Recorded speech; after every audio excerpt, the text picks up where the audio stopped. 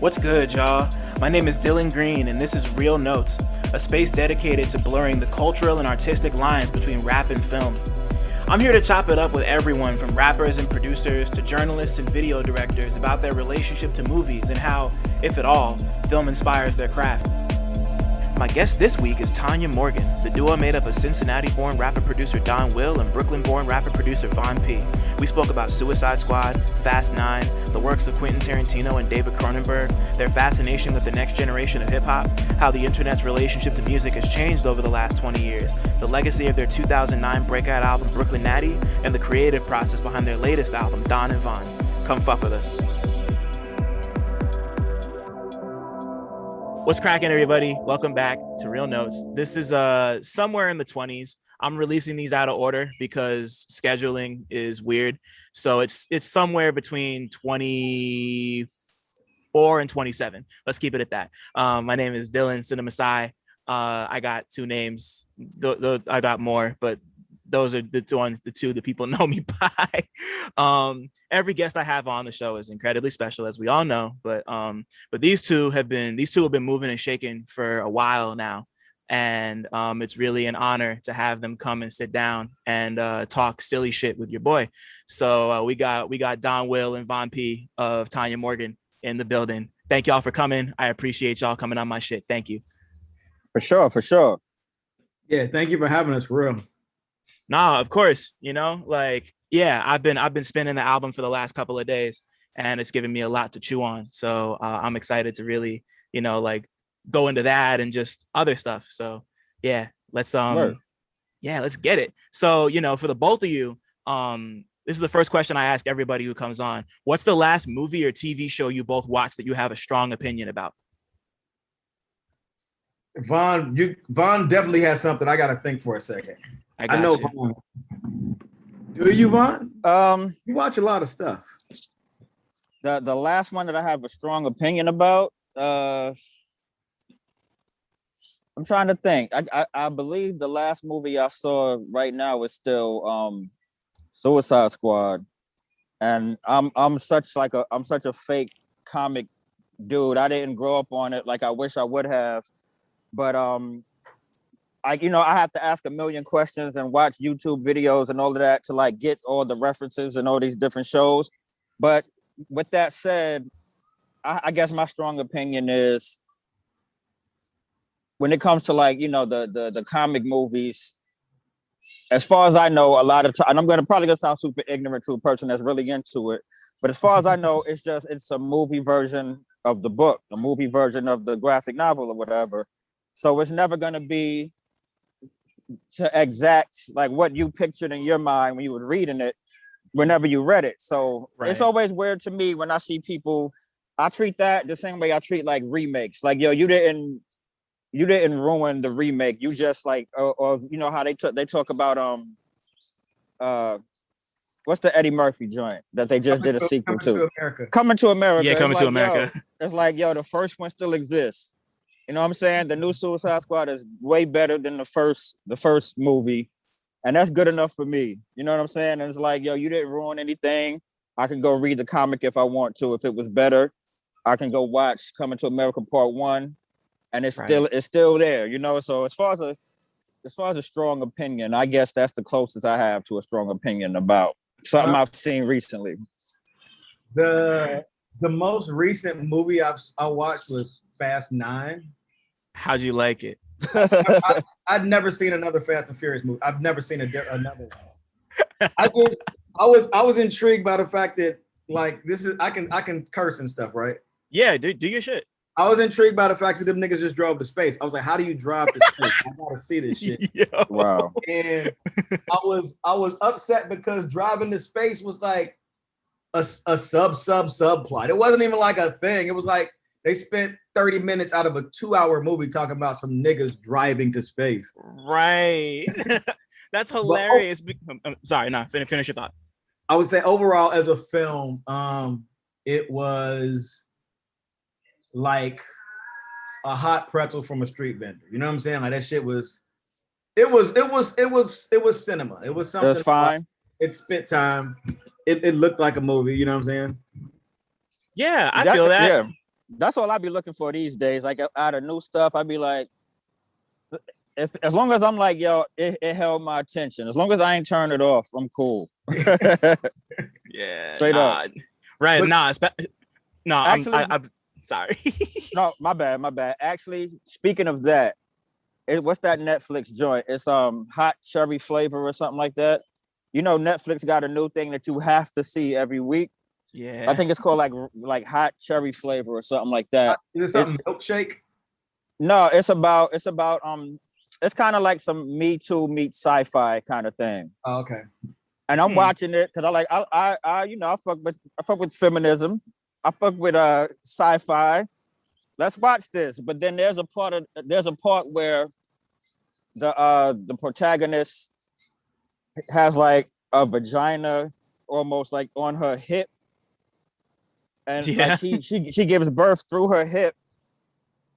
And then she like a guy that she's been hanging out with, all of a sudden they start making out and he's fingering her hip. I'm like, yo, I don't need to. Like, yo, I'm turning this off. Like, if you go look at my tweets from the past week, I've been talking about Donwill, and out of nowhere, I'm like, yo, did anybody else watch this? When dude started fingering her side. Let me not say that too loud because I am by a playground. But I was like, yo, almost. I'm turning this off. In a slightly related way. I know this is like probably like a huge tangent at the top of the show, but in a slightly related way. So that the TV show The Boys on Amazon. I love that. The nigga with the gills, that shit. Oh, it's so disgusting. So like, funny enough, Vaughn. She assaulted dude through his gills. Yeah.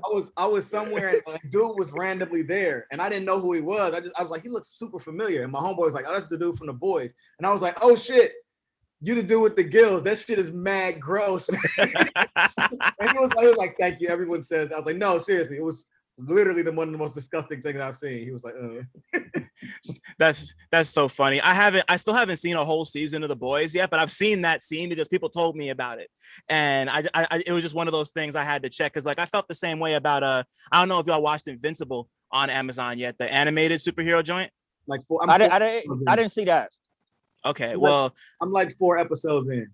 So there's a scene at the end of Don, you know what I'm talking about. At the very end of the first episode, where Omni-Man just takes out the whole Avengers team, and it's just like the goriest thing you could possibly imagine. And it just lays the gauntlet. It's like I love stuff like that, like old like David Cronenberg movies that are like I'm not sure if you've seen Existenz, but there's this like whole thing where like they make this like organic video game console that like may or may not be made from like human body parts or some shit, and like you jack into it with like an umbilical cord that's kind of like the thing from Avatar. It's the weirdest shit I've ever seen in my life. I've never seen anything like it before or since. And I'm gonna need you to remind me. I wanna go home and watch that. I haven't seen it, so please post interview, email me about that movie. I got you. Vaughn is, for as long as I've known him, Vaughn is the cinema dude. Like he always puts me on the shit. I remember when we were on the road, we were about like DVDs and shit, fucked up films. I don't want to shout out. That's my thing, man. Like that was my thing for a while. Like when we would go on the road, I was like, I want to watch a movie that fucks me. I gotta remember about Playground. That messes me up and like makes me puts this on my mind. So what's something else to think about other than, the road could be tough. Being on tour could be tough. So I'm like, I want to watch something that messes my brain up for a few days. So it would just be like, whether it was like, Human Centipede or whatever, just like something that's wacky that like it gets stuck. Yeah, funny, like something that gets stuck with you. Something gets stuck with you for a day or two. That's just the thing that you're thinking about instead of, it was a bad sound check, blah, blah, blah. So I used to be weird like that. Now I'm weird a different way. I mean, like that's cool though, cause especially for things like being on the road or just like it's just nice to kind of be lost in something for a couple of days and like to like just kind of think about it, cause like even going back to Suicide Squad, like I agree with you 100%, way better than the first one. I hated the first movie, like just absolute garbage. But like you know, and like if it makes you feel better, like even comic book fans didn't really even know much about the Suicide Squad before the movie happened. It's like Guardians of the Galaxy. Like nobody knew about them either. Like that makes sense.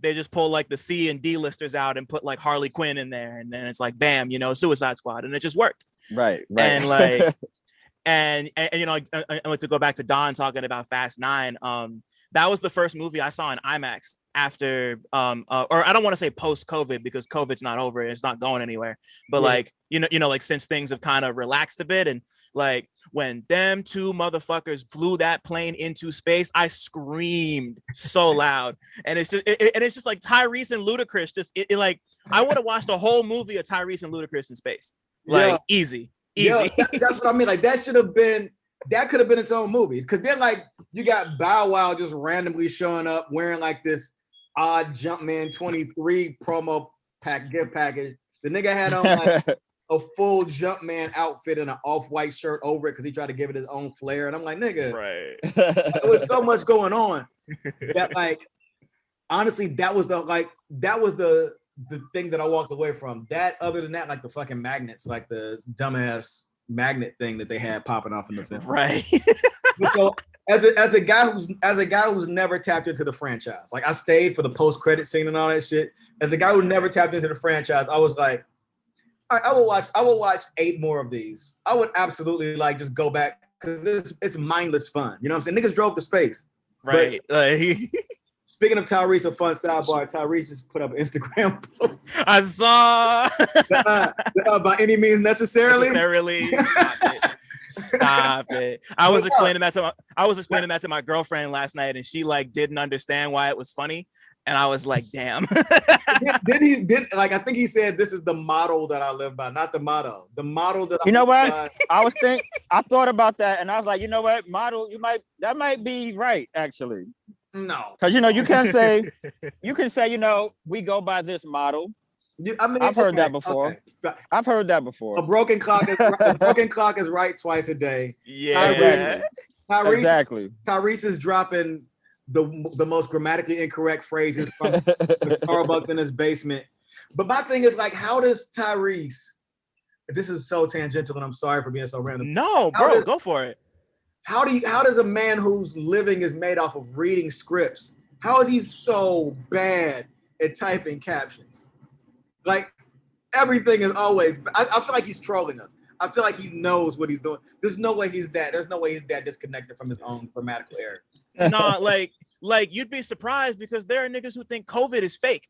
So nothing, nothing surprises me anymore. Like counterpoint made. and like nothing's topping throwing the towel. Like that's it. Like you can't beat that. That's an all-timer. That's an all. And he would have been fine. And he would have slid by, but like somebody asked him, and he was like, "Oh, I thought I actually meant to say towel." Like, you should have just said nothing, bro. Like you would have looked like a genius, you know? Like, the version of Tyrese that I'm glad we don't have is the version that would throw in the tile into a song and merch. Like I'm glad he's kind of like playing like he's smart. Like in my mind, Tyrese thinks Nick Cannon is Malcolm X. You know what I'm saying? Facts. So for him, that's an intellect. Like, and I'm not saying Nick Cannon's not a smart dude. He's just one of those smart dudes who bends logic to his own twisted whatever.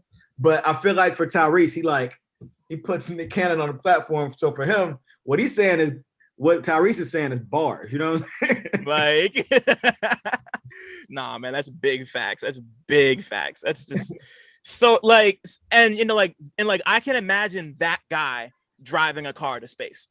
Like it makes perfect sense to me. It makes perfect sense to me.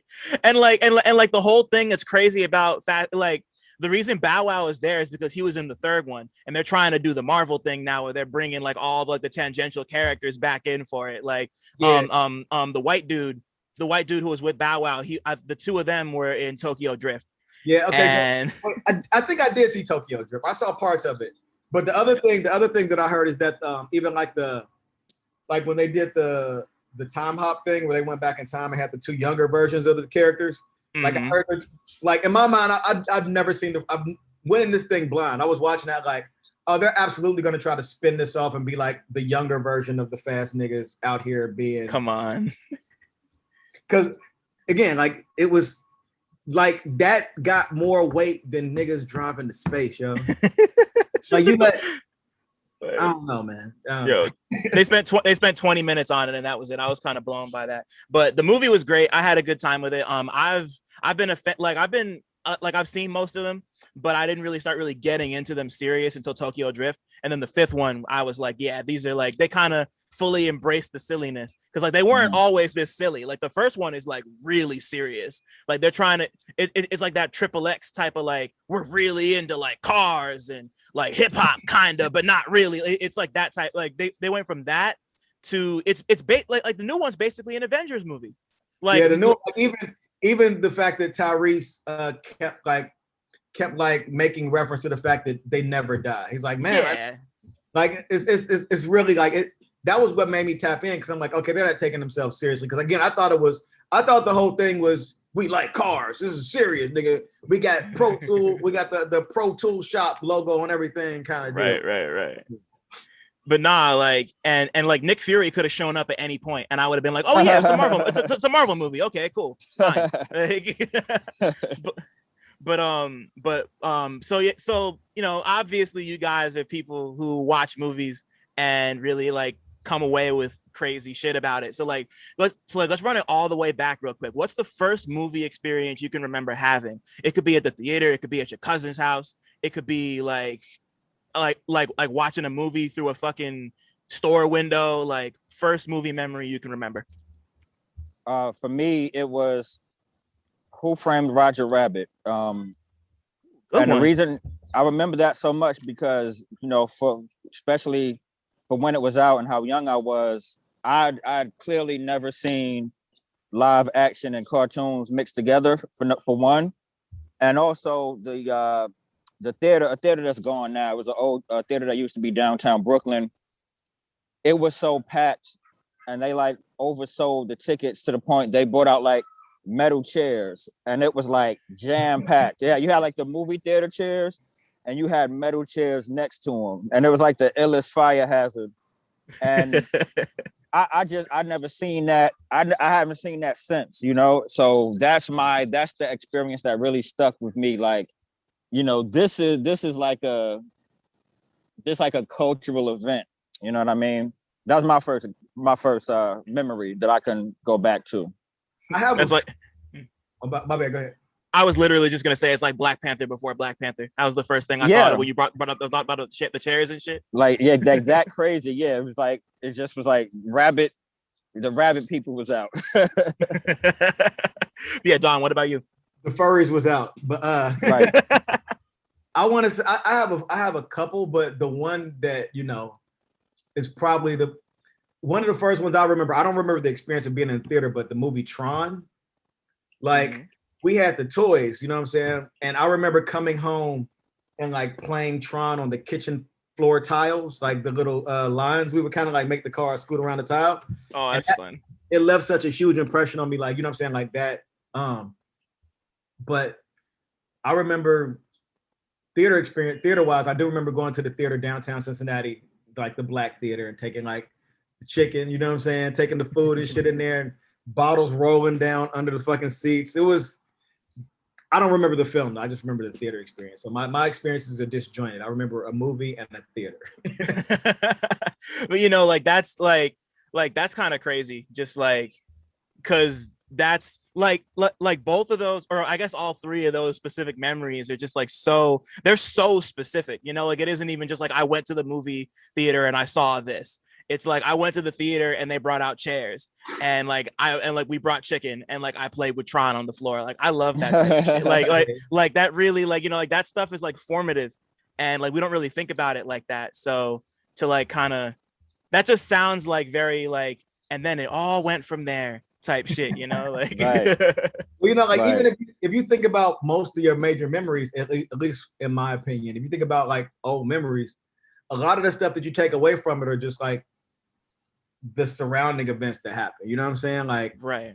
You always, or you remember like the vibe or the mood or something that was going on when a big life event happened, but you might not specifically remember everything about that the detail, you know?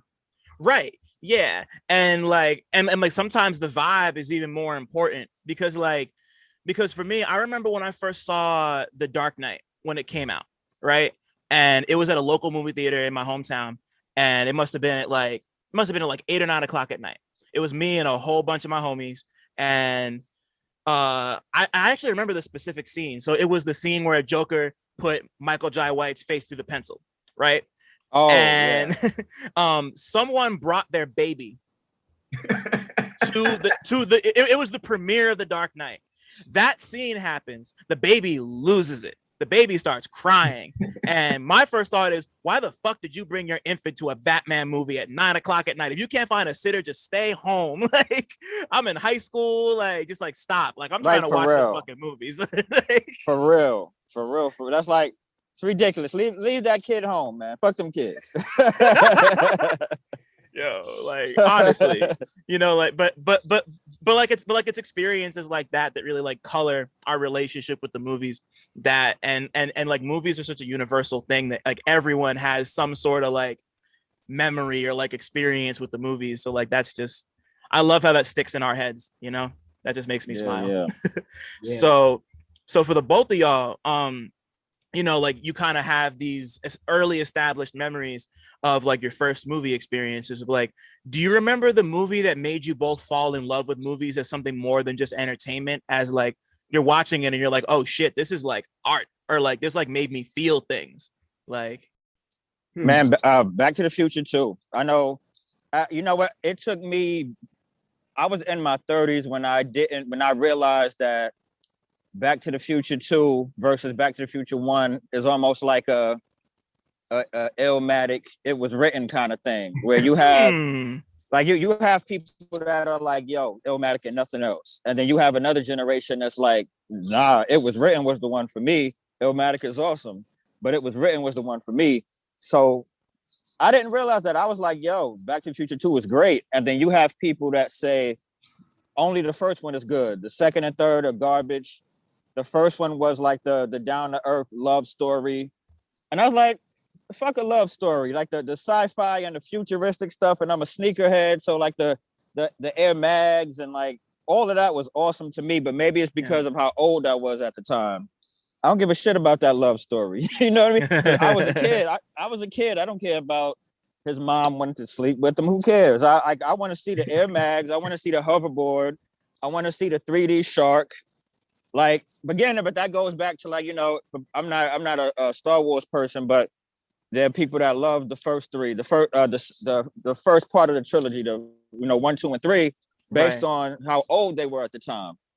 So I think it goes like that. But to me, it's like, man, Back to the Future 2 is like the first time I watched a movie and thought about the logic behind it and how it makes sense. Like, he did this thing. He left his car and they grabbed the almanac. So they altered time when he went forward. And this is how, look at the neighborhood is now like, it's funny how it's a black neighborhood now and there's bars on the windows and like all of that stuff. Well, how old was I? Like 11 or 12. And I'm thinking about this kind of stuff. And like, it made so much sense to me. And that was the first time I ever thought about a movie like that. So Back to the Future 2, for sure. That's a really, really, really great choice. And like, thank you. And yeah, like just because I'm curious, how did you feel about them like actually making the Air Max? Like, have you ever like seen the lace up joints that they put out? Must have been like 5-6 years ago at this point. Yeah. Actually, like not too long ago, I left at this point, but I was a manager at for like Foot Locker Incorporated, and they were selling a form of the lace up ones for like $400. So and they sat in the store because they're $400. But yeah, we used to sell a version of that shoe. It wasn't the Air Mag, but it was like the one with like it had the buttons on the side and you can tighten it with your phone. And I forget what they're called, but yeah. And now they're going on sale now for like $250. That's the sale price. But I don't remember if I've seen a pair of Air Mags in person other than like on display in a sneaker store, like behind the glass. I've never touched a pair or nothing like that, but I know that they're not as durable as like the stuff that they can do now. Now they can make a shoe that's lightweight and it has like, you have to put it on a charger just like a phone, and charge your shoe. I think once a month or something like that.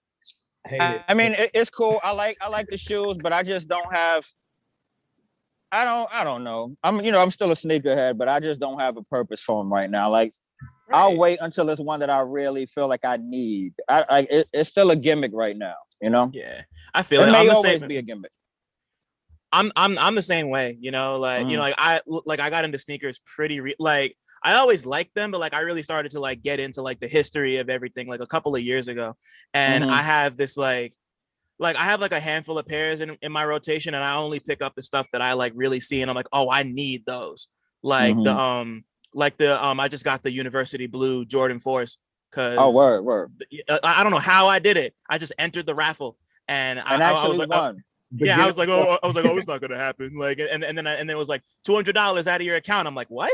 And then I checked, and it was like, oh, you got the shoes. Like, I was like, okay, cool, I guess. Like, but Yeah. like those, but they're hard, and like it's just good to only go after stuff that you think is hard, and not necessarily like, oh, like I need to have it because everybody else has it.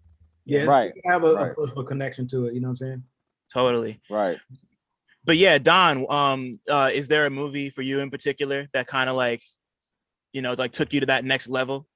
Early on, like I'm trying to access childhood memories now, but you know what I'm saying? Like, I would say Transformers was one of the first movies I saw that made me like feel something. Like when fucking Optimus Prime died or whatever. Yeah. Like I just remember being like distraught. Because again, like these are just toys that you play with. They're not, they didn't have, you would give them your own stories and your own narrative. But like to see them being acted out on screen and like talking and stuff, and then to like have like the one, like, you know what I'm saying? Like Optimus Prime was just that dude. Yeah, he's that dude. Yeah, like, For you know, sure. for him to die was just like, I was distraught. But so like, and even with that, like, you got the touch, you got the power. Like when he came back, big dub. Like so again, me and my little cousin, we would clearly reenact scenes from movies with toys. We must have reenacted that scene every day. Like we saw the movie and we just kept like reenacting that scene in the movie. And like we would always sing together, like, you got the touch. Yo, my sister and I used to do stuff like that. That's like, and it's so weird because you tell stories like that and you're like, oh, like I had to have been the only one doing, like, no, you're not. No, every kid worth their weight in fucking like cassette tapes and DVDs was reenacting stuff with toys. Like that's just such absolutely. Yeah. I love that. That's so good. So you kind of, so like now that we've established this, let's hop over to the other side of the track. Like, when did you both first fall in love with music? It doesn't necessarily have to be rap. It could just be like when you first started to like, when music kind of first touched you in the heart, or even just like early memories. Like it doesn't have to be anything specific, just like earliest music, anything. That one I got to think about. You want me to go real quick? Yeah. Okay. I guess for me, it was early on, like elementary school years, when I figured out it was a way to like, kind of like escape. Cause I went to a private school. It was me and a bunch of white kids, like K through 6. I was like the only one of 3 black people. So, you know what I'm saying? Like, it was just a way for me to like escape that world in a way, because I couldn't relate to anybody there, and like I didn't really have a lot of friends and shit.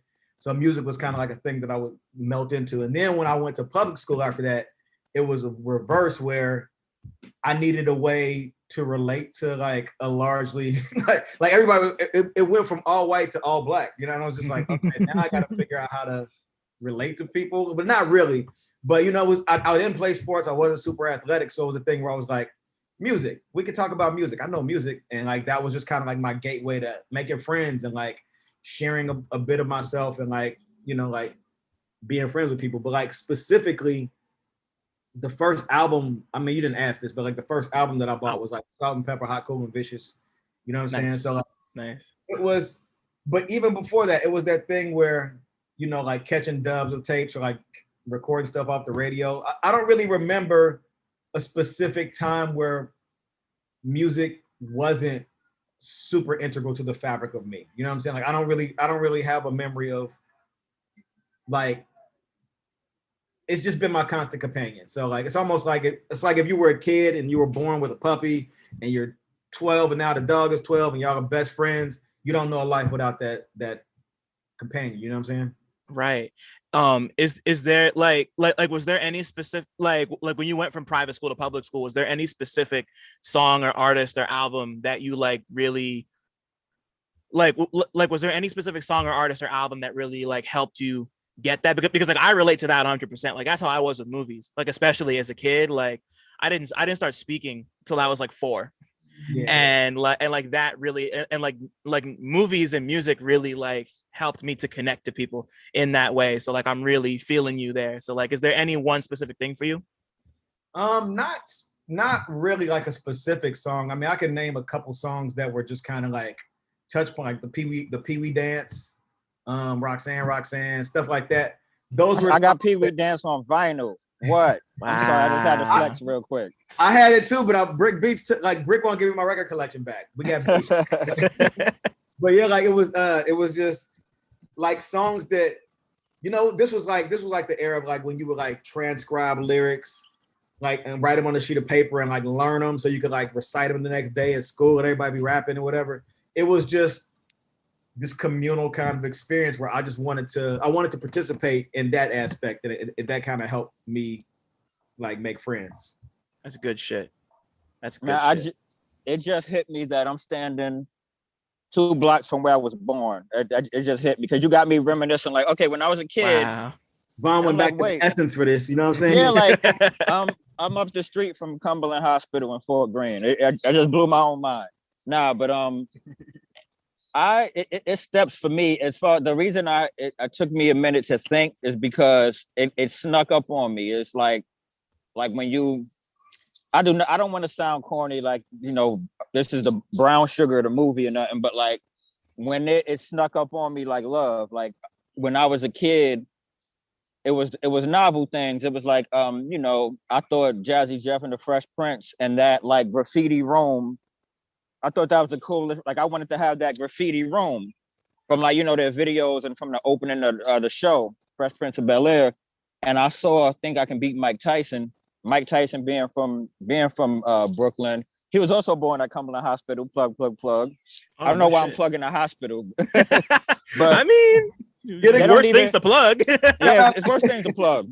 But yeah, so I saw that and I'm like, yo, Mike Tyson. And like it was like a mini comedy, like a sketch. And that got my attention. I got a record player for Christmas one year.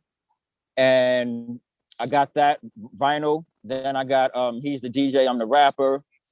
Then I like inherited some vinyl. That's probably like that's how I got the Pee Wee Dance, and that's how I got a original copy of the show and cool stuff like that. They're all scratched up, so it's not like they're worth money, but it's just cool to have like these original copies of stuff and like top billing and stuff like that.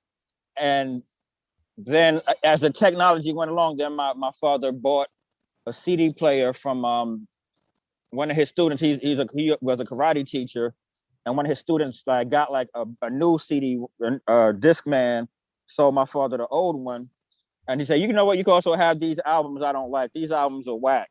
The albums was like MC Light, Eyes on This. It's a Big Daddy thing.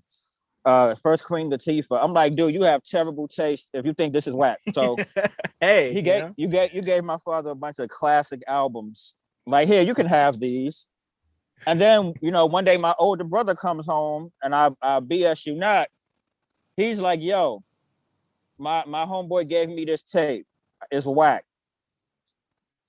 The tape is Midnight Marauders on one side and Enter the 36 Chambers on the other side. On one of those like 120-minute cassette tapes. Like those 120-minute cassettes. And I'm like, y'all have the worst taste in music ever. Yo, like, if you think this is whack. Crazy, oddly enough, like my older cousin Kiwan was like a big brother to me. Like the tape he gave me was People's Instinctive Travels. And like it was almost in the same shit. He was just like, he bought it. He was like, I think you'll like this. Like it wasn't, he didn't say it was whack. He was just like, yeah, I think you'll like this. I think you'll like this album. This album seems like it's something that you would vibe with. And I love, because again, like he was like he was like the god to me. So I'm like, okay, he selected this for me. I will now make it my favorite record in the world. Yeah. But I Like, actually unironically loved it. You know what I'm saying? I think my brother at the time, like you had to shoot everybody in your record for him to like it. So maybe that's why he didn't really mess with Midnight Marauders and Wu-Tang. He's like, man, they ain't shooting enough people for me. But yeah, but he gave him to me, and it probably was around that time when I looked up it's so funny. This is how crazy it is. I was on okplayer.com in like the year 2000. And I made a post like, yo, I think I'm addicted to music. And then they responded like, yeah, look where you are. Yes, you are. Welcome to the club. You like, who did you think you are? You made it to 19 years old and didn't know you're addicted to music. Wake up, like knock me in the head, like, yes, wake up. So I may not have realized it till I was like damn near out of high school, but which is crazy because like, I've actually been in love with music since I was a kid, but never, I guess growing up in New York, it was always just everywhere. Like people were always doing graffiti, or like I remember people would be breakdancing in the 80s when I was a little kid. And so it just was around. So I guess I took that for granted. And now I realized later, yo, that was special. You know what I mean? Yeah. Real quick to wrap touch on what he said and kind of like put a button on it. I did realize last year, like I kind of recommitted myself to loving music in a weird way. Like I was doing this thing where I was playing like an album a day for like a month, just like a new album I didn't know about. And at one point during that, I was just like, man, I keep finding my favorite song every day, and I'll never be able to like. If I did this for the rest of my life, there would always be another song that I didn't know existed would be my favorite song. And I got sad that I could never hear all the music. Like I got literally like an existential crisis level, just like, man, this fucking sucks. Because all my favorite songs are out there and I can't find them unless I do this. Like, but yeah, I love that, man. I love that. Yeah, me too, honestly, like it can really be a bummer when you find out like, damn, like I can't listen to all the music in the world. Like there isn't enough time in the day or in a lifetime to hear all the music in the world. Like you know what I think is sad to me is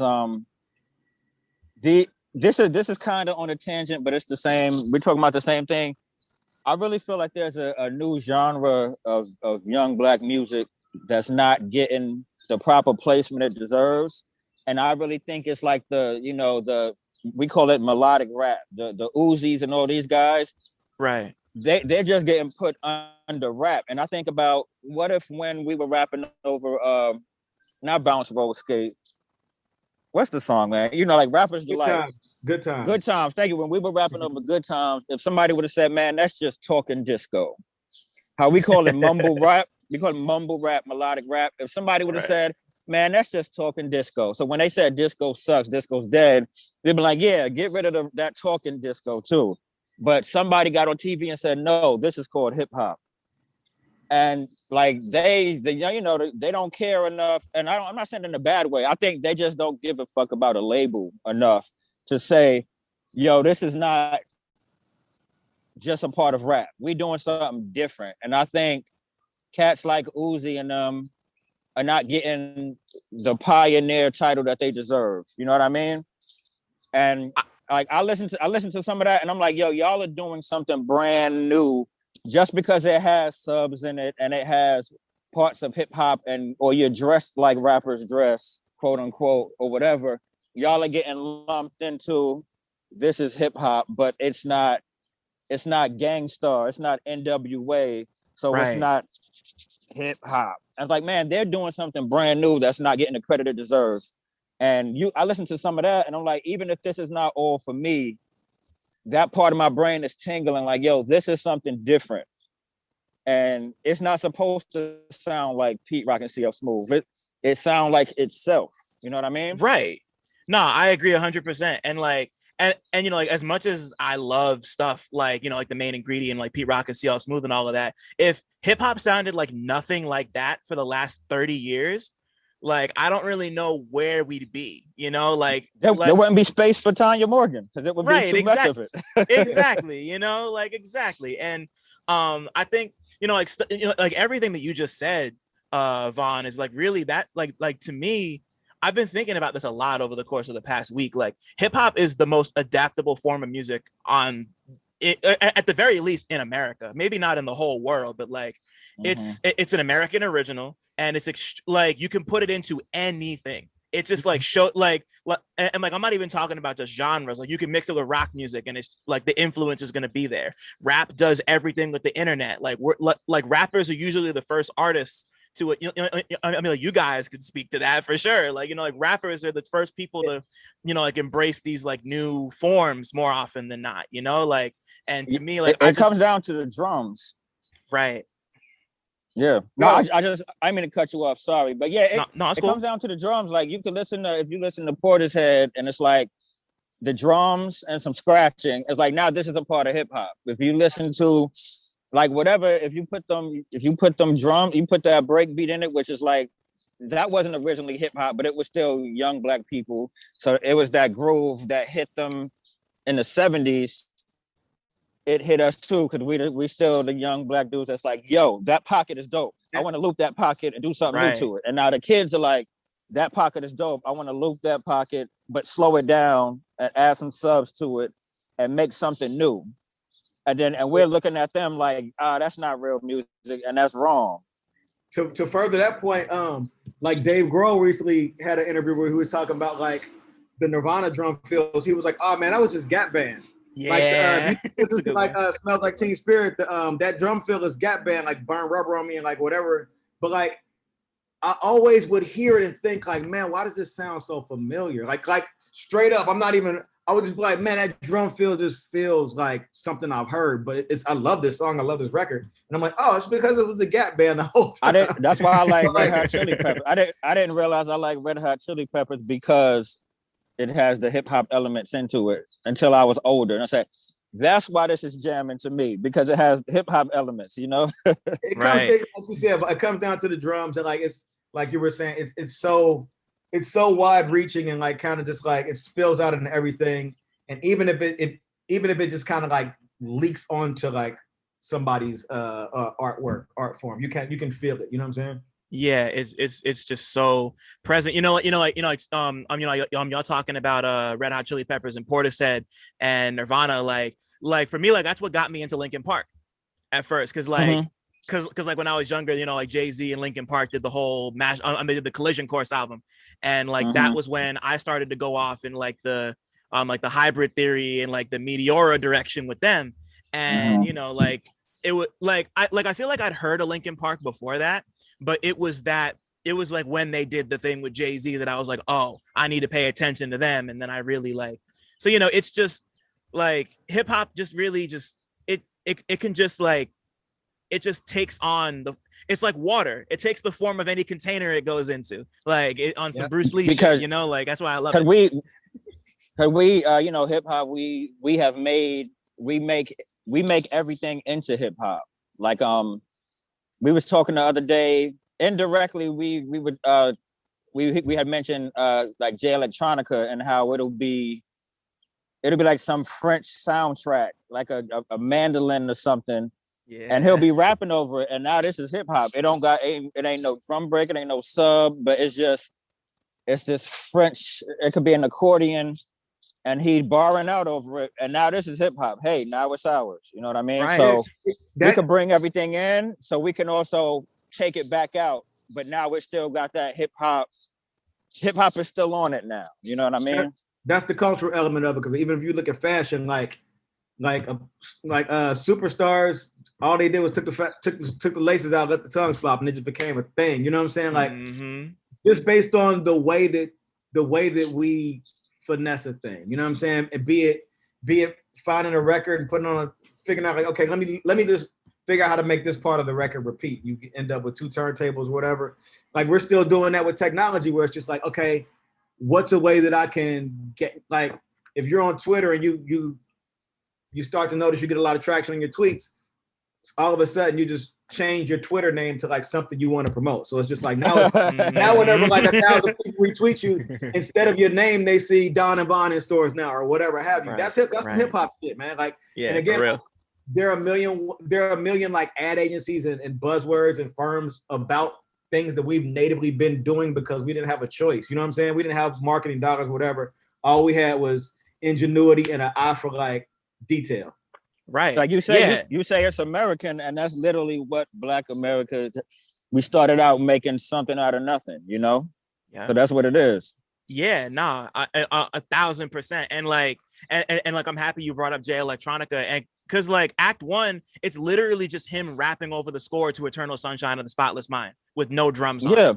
Like that's what that was, you know. And like he turned, I forget who the composer was, but like he turned the score to a Charlie Kaufman movie into some rap shit. Bryan. There you go. It was John Bryan. He turned a John Bryan score into just some rap shit. And I mean, like, John Bryan's worked with rappers, but he worked with Kanye. He put the Mac Miller album together that came out a couple years back. But like, you know, like he took this music and just like turned it, he finessed it. Like Don was saying, he just finessed it on some rap shit, you know, like and found the pocket. Like that's ingrained in him. The fact that he found the pocket to rap to. That's natural. That's part of our natural rhythm and shit, you know? Facts. Like, man, I could talk about this all day. Shit. that was crazy. But so I have like one more like specifically film question before we move on to some like actual like Tanya Morgan stuff. You know, like y'all have this base that you created like as both like music and film fans. So as you got older, was there ever a period of time where you consciously began to link film and music together in your minds, where you like realized that like one informs the other in some way? Absolutely. I can answer that quick. I can tell you when and where. It was 2008. We were on tour with Hieroglyphics. This might have been like, you know, we started the tour in California. And it was the second SoCal show, and Casual from High Road was on stage, and one of his songs, he said, "Get my album and play it like your favorite movie, or don't say shit to me." And that around the time as things were changing, I noticed it wasn't like, yo, you get this album and play it for a year. Like, cause that's how I grew up. You get an album, even if you kind of like it. If you buy Mace Double Up, and it's like, man, I like 3 songs on this album, but you're gonna play it for like 6 months. And you might play some of the songs you don't like because that's just how it was at the time. And now, like the one thing, I love that we have like fans of our music, but the one thing that bothers me is when people say, yo, the album is dope, I don't like song number 3. That's like, you just told me you like 11 songs though. Like, so why are you telling me about the one you don't like? Or like, yo, the album is dope, I'm gonna play it again one of these days. It's like, I get it. Like, yeah, like I understand that it's a lot to take in. It's a lot of music out. It's a lot of entertainment, period. And I get that. But what I started to adapt back then was, okay, if I say I love a movie, do I sit there and watch it 5 times? Or do I love it that first time? And if you ask me about it, I say, yo, I saw that movie, I loved it. Yo, you should check out this movie, it was dope. And then one day I watch it again. Yep, I love this movie. This is my second time seeing it in 6 months, but I love this movie. And I said, yo, in order for me to continue to adapt to how we all take in entertainment now, take in content, period, I have to treat music, not even just my own music, but, you know, other things I'm a fan of. I have to not treat it like homework and be like, yo, that's a movie. Treat it like a movie that you like. Like, yo, I really like, sorry, I am outside, my bad. I really like Sky Zoo's latest album. I may have played it twice so far, but I'll say, yo, before that would have been like, man, you like that album, go play it again tomorrow. Play it again. And like Isaiah Rashad's new album, really dope. But instead of me being like, you like it, play it again, play it again, play it again, because that's how we used to do. It's like, right. No, because I want to listen to the Bodie James and Alchemist. I want to go back and keep listening to Arm & Hammer and Alchemist. And just like, maybe I just heard it once or twice, but now I treat it like a movie. and that also has helped in our career. Like our projects, we try to make them different from each one, and we treat our albums like almost like Spike Lee or Tarantino or just my man that what is it? I'm blanking on names right now, but my guy that all his movies look like a play and everything's symmetrical. Wes Anderson. Thank you. But like how Yeah. he literally, like I made the joke the other day that Wes Anderson just filmed all of the same actors once in for 1 week in 1996, and he's been chopping up and making movies out of everything he filmed that 1 week 20 years ago. That's hilarious. It's always the same people. But I say that to say this: we always we keep our cast of characters. You know what I mean? Like the people we like to work with, because every song is like, I want to put Shay Grant in this scene. I want to put Rob Cave in this scene. I got this idea for a song. I think Aeon should score this scene. I think Brick Beat should score this scene.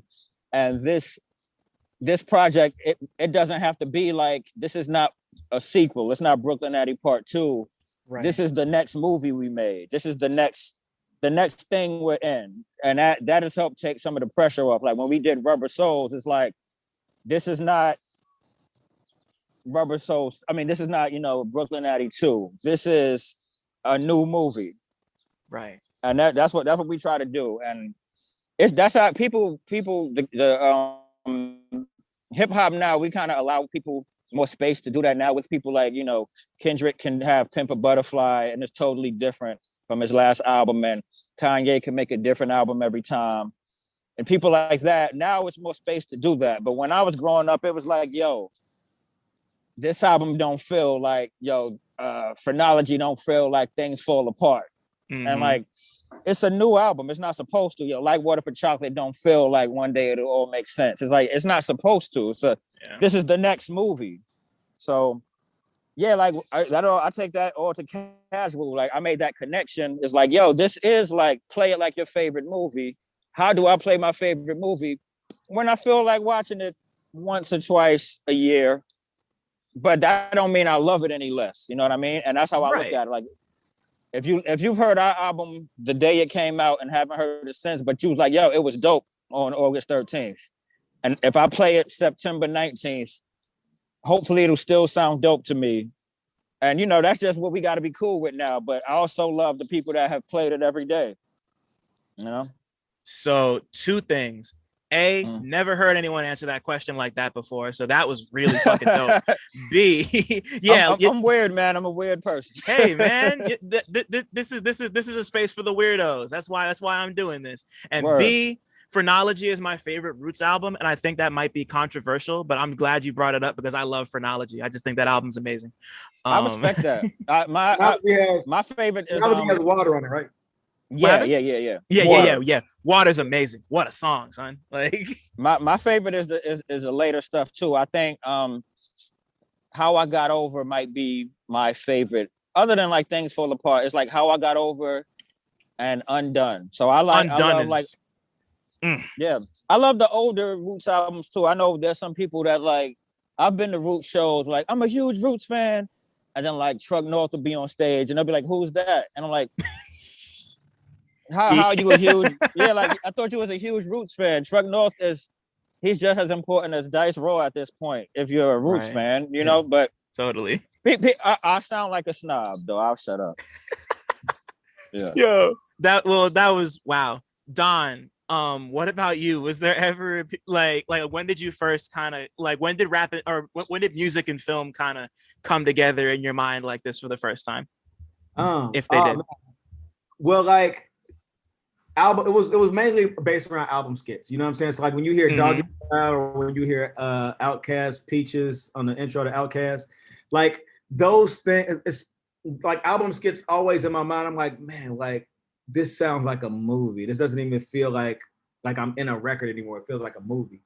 And then when you look at like my discography in general, like I have an album, the Don Cusack and High Fidelity. I put out an album that is largely just an adaptation of a film.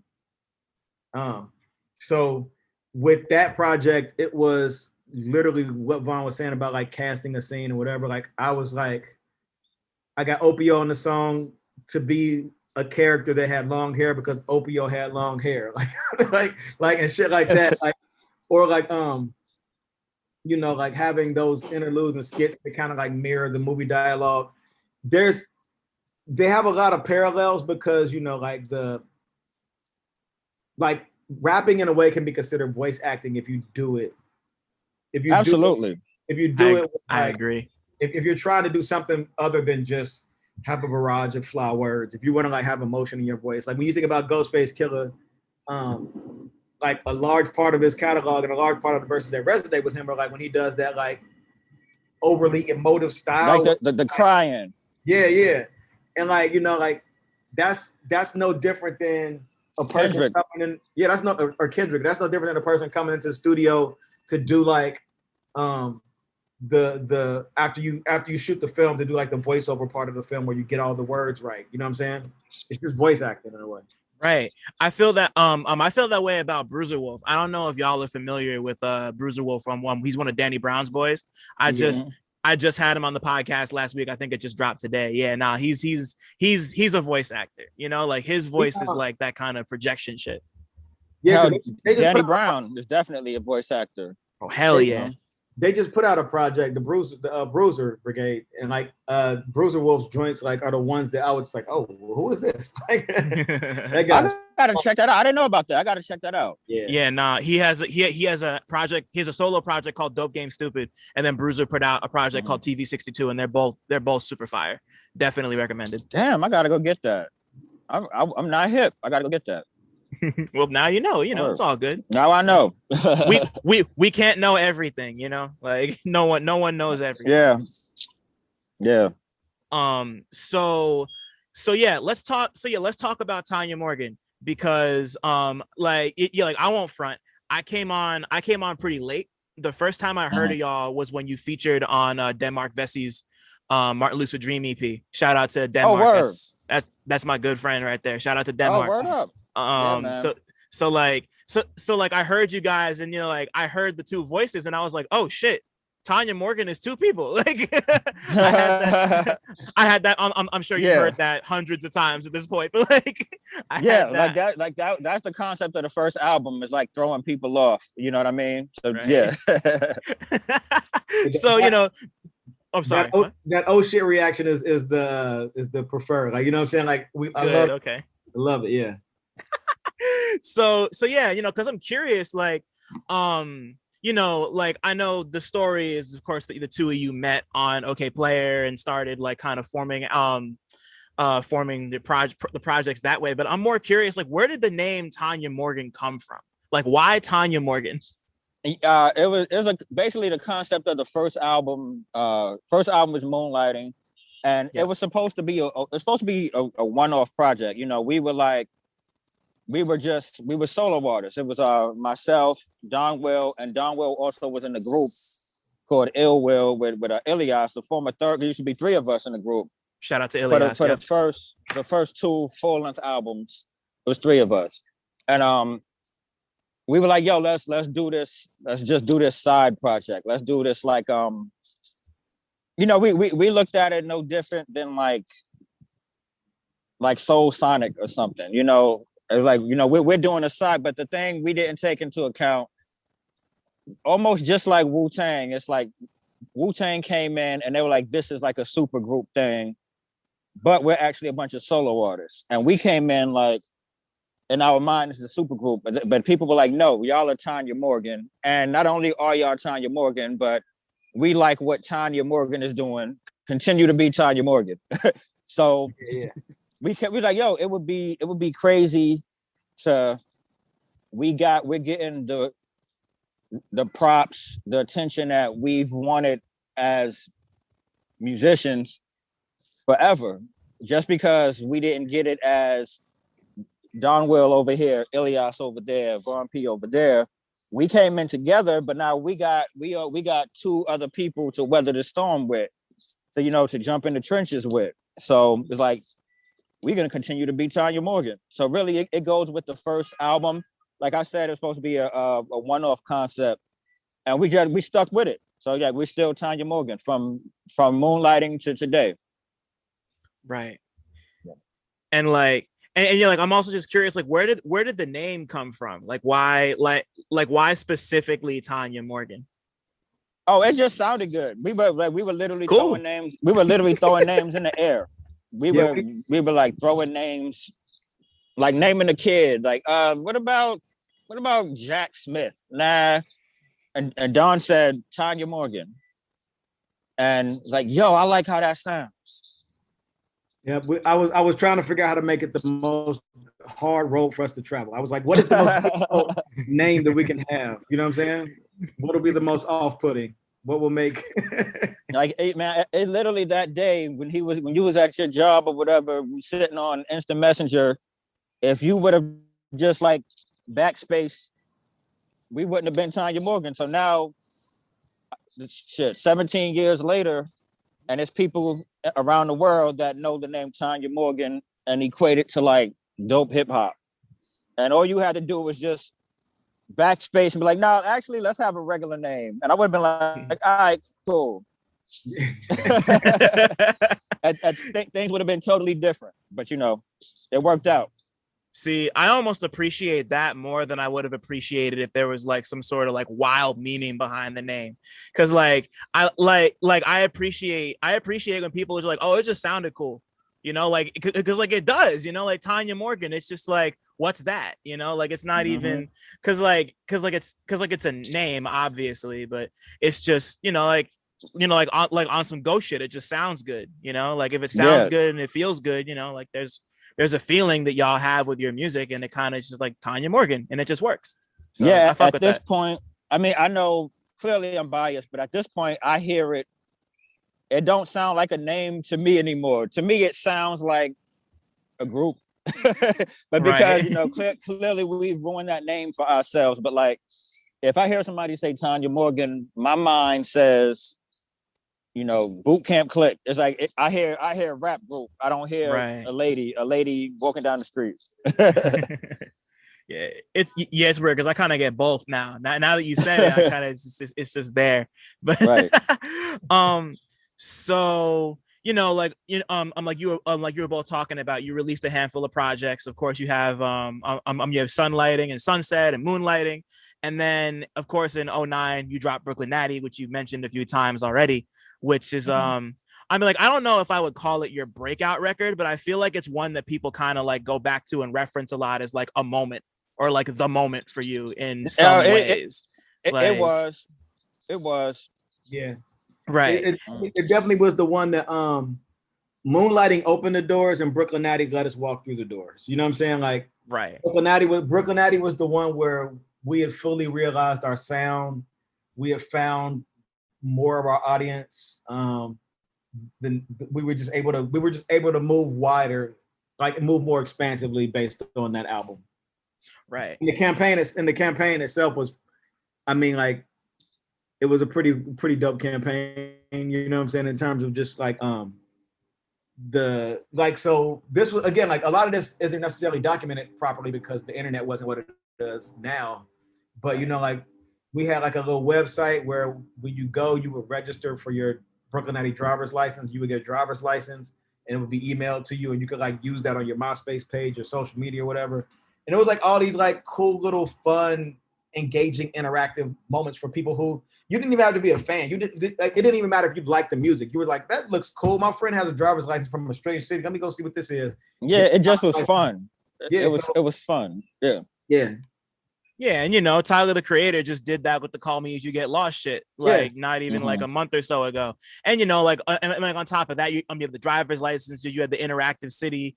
You had the interactive map that you did too. Like there was like like you weren't lying. Like there was like a whole campaign behind that project. And even forgetting the campaign, like you create like Brooklynati was a place that you created. It wasn't just like, oh, we're gonna mash Cincinnati and Brooklyn together. Like you had the radio stations and you had the Hardcore Gentlemen, and like there was this whole like listening to the album. I'm not gonna lie to you again. I listened to Brooklynati. I'm showing my age here. I listened to Brooklynati for the first time ever yesterday, and I really came away from it like so dead ass. Like I came away from it like No, sorry, what were you saying? You know what? No, you know what's cool about that is that was literally the whole point of the 13 days of Tanya thing we were doing on Instagram. It's like I want people to see everything we've done, and like I said, there's so much content to take in.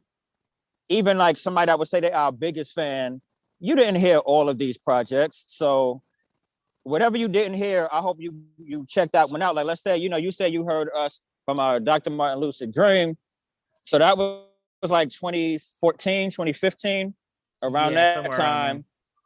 So if I'm to just like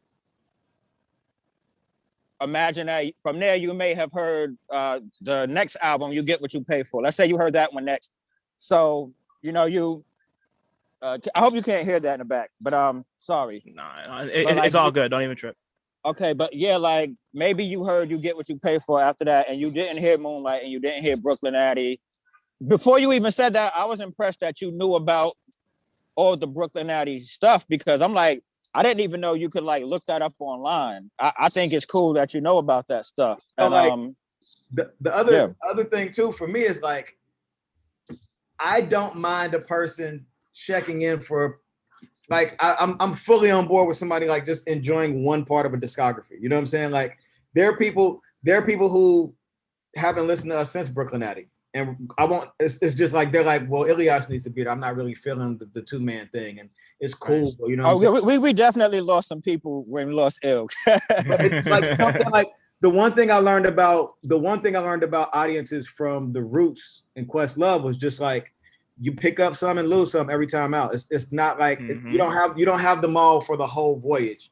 There's some that are there for the whole time, and there's some that just tap in, tap out. They tune in when they need to and tune out when you get lost. But I part of the thing about Don and Von, the album itself, is that I want this to be a first experience for people. Like I'm excited about people who've never heard our music before and hearing this project. And if they choose to go back and hear Brooklynati and be like, oh, this is cool, or if they choose to like go deep and listen to like a Donwill solo EP that exists on Bandcamp or a Von P other guy's album, that's even doper. But at the end of the day, if you can identify with one thing we've done and enjoy it enough to like invite it into your life, that's fire for me. You know what I'm saying? Yeah, like it's like I said on the album. I said if this is day one of you being a fan, pair with the day one. Like ask them, it's like check out somebody that's been rocking with us and be like, yo, I just got up on Tanya Morgan. What else should I check out? Because you're not gonna like everything. So somebody that's been rocking with us be like, all right, so you could skip, whatever. You know what I mean? Or they could be like, I like all of it. And because that's if we're being honest with ourselves, we feel that way about our favorite artists. If you say, yo, I love. Right. Like Common is one of my favorite MCs. De La is one of my favorite groups. I'm gonna send you to the stuff that I like the most. You know what I mean? So, and that's only fair with us too. It's like, yo, maybe you're gonna skip. You might not like You Get What You Pay For. You may not like Moonlighting or whatever, but check out whatever you check out, and we happy that you checked it out. But what did you think about it though? I was hearing it today. Listen. Let me no judgment, pressure. No judgment, no pressure, no anything. What did you think? What did you think? Okay. All right. So listening to it, I really like, it's really fun. And I'm like, and like, I'm big on fun music. Like, I was actually going to bring this up a little later in the conversation, but one thing I love about you guys' music and like all the stuff that I've heard, because I haven't heard everything, but I've heard enough to kind of like understand what like what the deal is. So like you manage to balance fun and seriousness in this way that doesn't feel like it's either sometimes, and like that's kind of what Brooklynati gives me, especially with the skits. And like y'all created like my favorite aspect of the album is that you like, it wasn't like I was saying, it's not just that you mashed Brooklyn and Cincinnati together. Like you created a world, a world that feels lived in with people. And like, and just like the radio stations and like having the Hardcore Gentlemen do that like Onyx style song where it's just like them like, we're gonna respect you but lay you on the bed like that. Like I was doing dishes yesterday and that shit really had me dying. I was like and yeah, and like to be completely honest, you know, like it gave me. You got to see the video when you get a chance. Look up the Hardcore Gentlemen video. Oh yeah, I'm gonna find it. Like, and like to be honest, like I was listening to it, and the first thing that came to mind, like, oh, this is kind of like Little Brothers, The Listening, and The Minstrel Show. Definitely. And like not even in like a derivative way or anything, but I was like, it's kind of giving me that same kind of vibe. And I know you guys are cool with Fonte too. Shout out to Fonte. No, those are Little Brother. Those are our cousins, straight up. Yeah, man. Yeah. So yeah, that makes so like I'm listening to it, and I'm like, this really sounds like. You know, like it gives me that kind of vibe, and I love that type of stuff. So, you know, like listening to it, I was like, this is cool. Like, cause like it sound. I'm sorry to cut you off. It sounded like So like, I guess my final thing is like, it sounds like a product of like it sounds like 2009. It sounds like that specific moment of like where a specific kind of rap was kind of trying to punch through the surface. Like, hey, we're still here, you know. But it also has this like really like timeless quality that's just like, it's just like cool, you know, like it's like a very particular style of rap, and I fuck with that, you know, like I liked it. I thought it was good. Thank you. I would say Brooklynati is the, like, if Moonlighting is kind of like a thing that was we were working our way up to making Brooklynati on Moonlighting. We were trying to figure out how to make Brooklynati. So like a lot of Moonlighting, it has the feel of a highly produced demo tape, in my opinion. Moonlighting. I'm talking about my own music, like whatever, but it has the feel of a highly produced demo tape. And Brooklynati has the feel of like when the group who made that demo gets signed, this is the album that they make. Right. That's what they was trying to do. Yeah. So like the thing about Brooklynati is like you hit the nail on the head. You know what I'm saying? It's very much a product of that era, but it also has. We had figured out how to not be so. Imitating our influences on Brooklynati. Like on Brooklynati was where we figured out how to be who we were. And Moonlighting, we were trying to figure that out. We were like, you know, there like breadcrumbs back to who, you know, who our influences are and all that shit. But on Brooklynati, I think it feels like we kind of merged into just like the industry in a way, like merged into the scene or merged into the other groups that were like our peers at the time. And yeah. In the early days, especially, you know, like mentioned Little Brother, it used to be like if they're Tribe with De La, like it's like how Tribe and De La is paired back in the day. We were like the De La to Little Brother's Tribe, and I can see that. We've both gone on to like develop more into like ourselves. The influences are still there, but we've both gone on to be more of, especially like with us with Don and myself breaking out to like our solo stuff and then coming back almost like the Avengers if the Avengers were just two people. It's like, you know, I go do my movie, he does his movie, and then you come back to us with more context. And it's like, and you know, to this day we made this new album the same way we made Brooklynati, the same way we made You Get What You Pay For. We just go in like, okay, how am I feeling today? What am I into today? And what can we get away with that we think our fan base will like? Like we're not gonna jump up and, like, I joked that the whole album was EDM before anybody heard it, but we're not gonna really jump up and make an EDM album or anything. It's like we know that we know that we not have to, because, you know, as an artist you don't have to do anything, but we know people want to hear a certain thing from us, but at the same time, it has to stay true to who we are. So this album doesn't have like the skits and all of that stuff. And we didn't try to make So Damn Down Part 2, or we didn't try to make, you know, whatever Part 2. We said, okay, this is who we are this time. And I think as long as we keep doing that, it'll keep being what our fan base wants to hear. You know what I mean? Mm-hmm. Right. And another cool thing about us is, even to my surprise, every time different albums have different fans. Like our different albums have different fans. Like there's a Rubber Souls fan base. There's a Moonlighting is the best thing in the world fan base. There's a You Get What You Pay For is better fan base. There's a I still like moonlighting, and that's it. Fan base. And now Don Nirvana is developing its own fan base. You know what I mean? So it's just like we have like the sandwich shop has its own fan base. Like everything we do, it ends up with its own crowd in a funny way. That's so cool. Like that, and that's like the blessing of having such a deep discography, you know, is just like being able to say like, oh yeah, we got fans of like this one thing and this other thing. And then I imagine like the shows, it's just like you could just like do sprinklings of everything. And it's just like it's like a Venn diagram. Exactly. It's like if we're a big circle in the middle, every album is like these little circles. And we're making music for the people that are in the main circle, but we still end up catching like, okay, these people like Rubber Souls mainly. These people like I said, you know, these people like You and What Army mainly. And it goes like that. Totally. Before we move on to Don and Von, because I obviously want to talk about that. I wanted to ask like about the whole were there any specific influences that you took on like when creating the world of Brooklynati? Because I'm just thinking like I'm thinking about it in terms of a movie, because it feels like a movie or like a mini series. So like were there any influences from either film or music that like really played a big role in bringing Brooklynati the place to life? I would honestly, I don't have any personally. My thing was just trying to maximize the feel of Von's Brooklyn thing and Brick's Cincinnati thing. And like, I'm from Cincinnati, obviously too. But in terms of like actually like building out the world, just real life, I believe. I was so tunnel vision with it. Like I don't think I had anybody. Like, cool. Again, that's what I meant by the influences kind of just at that point.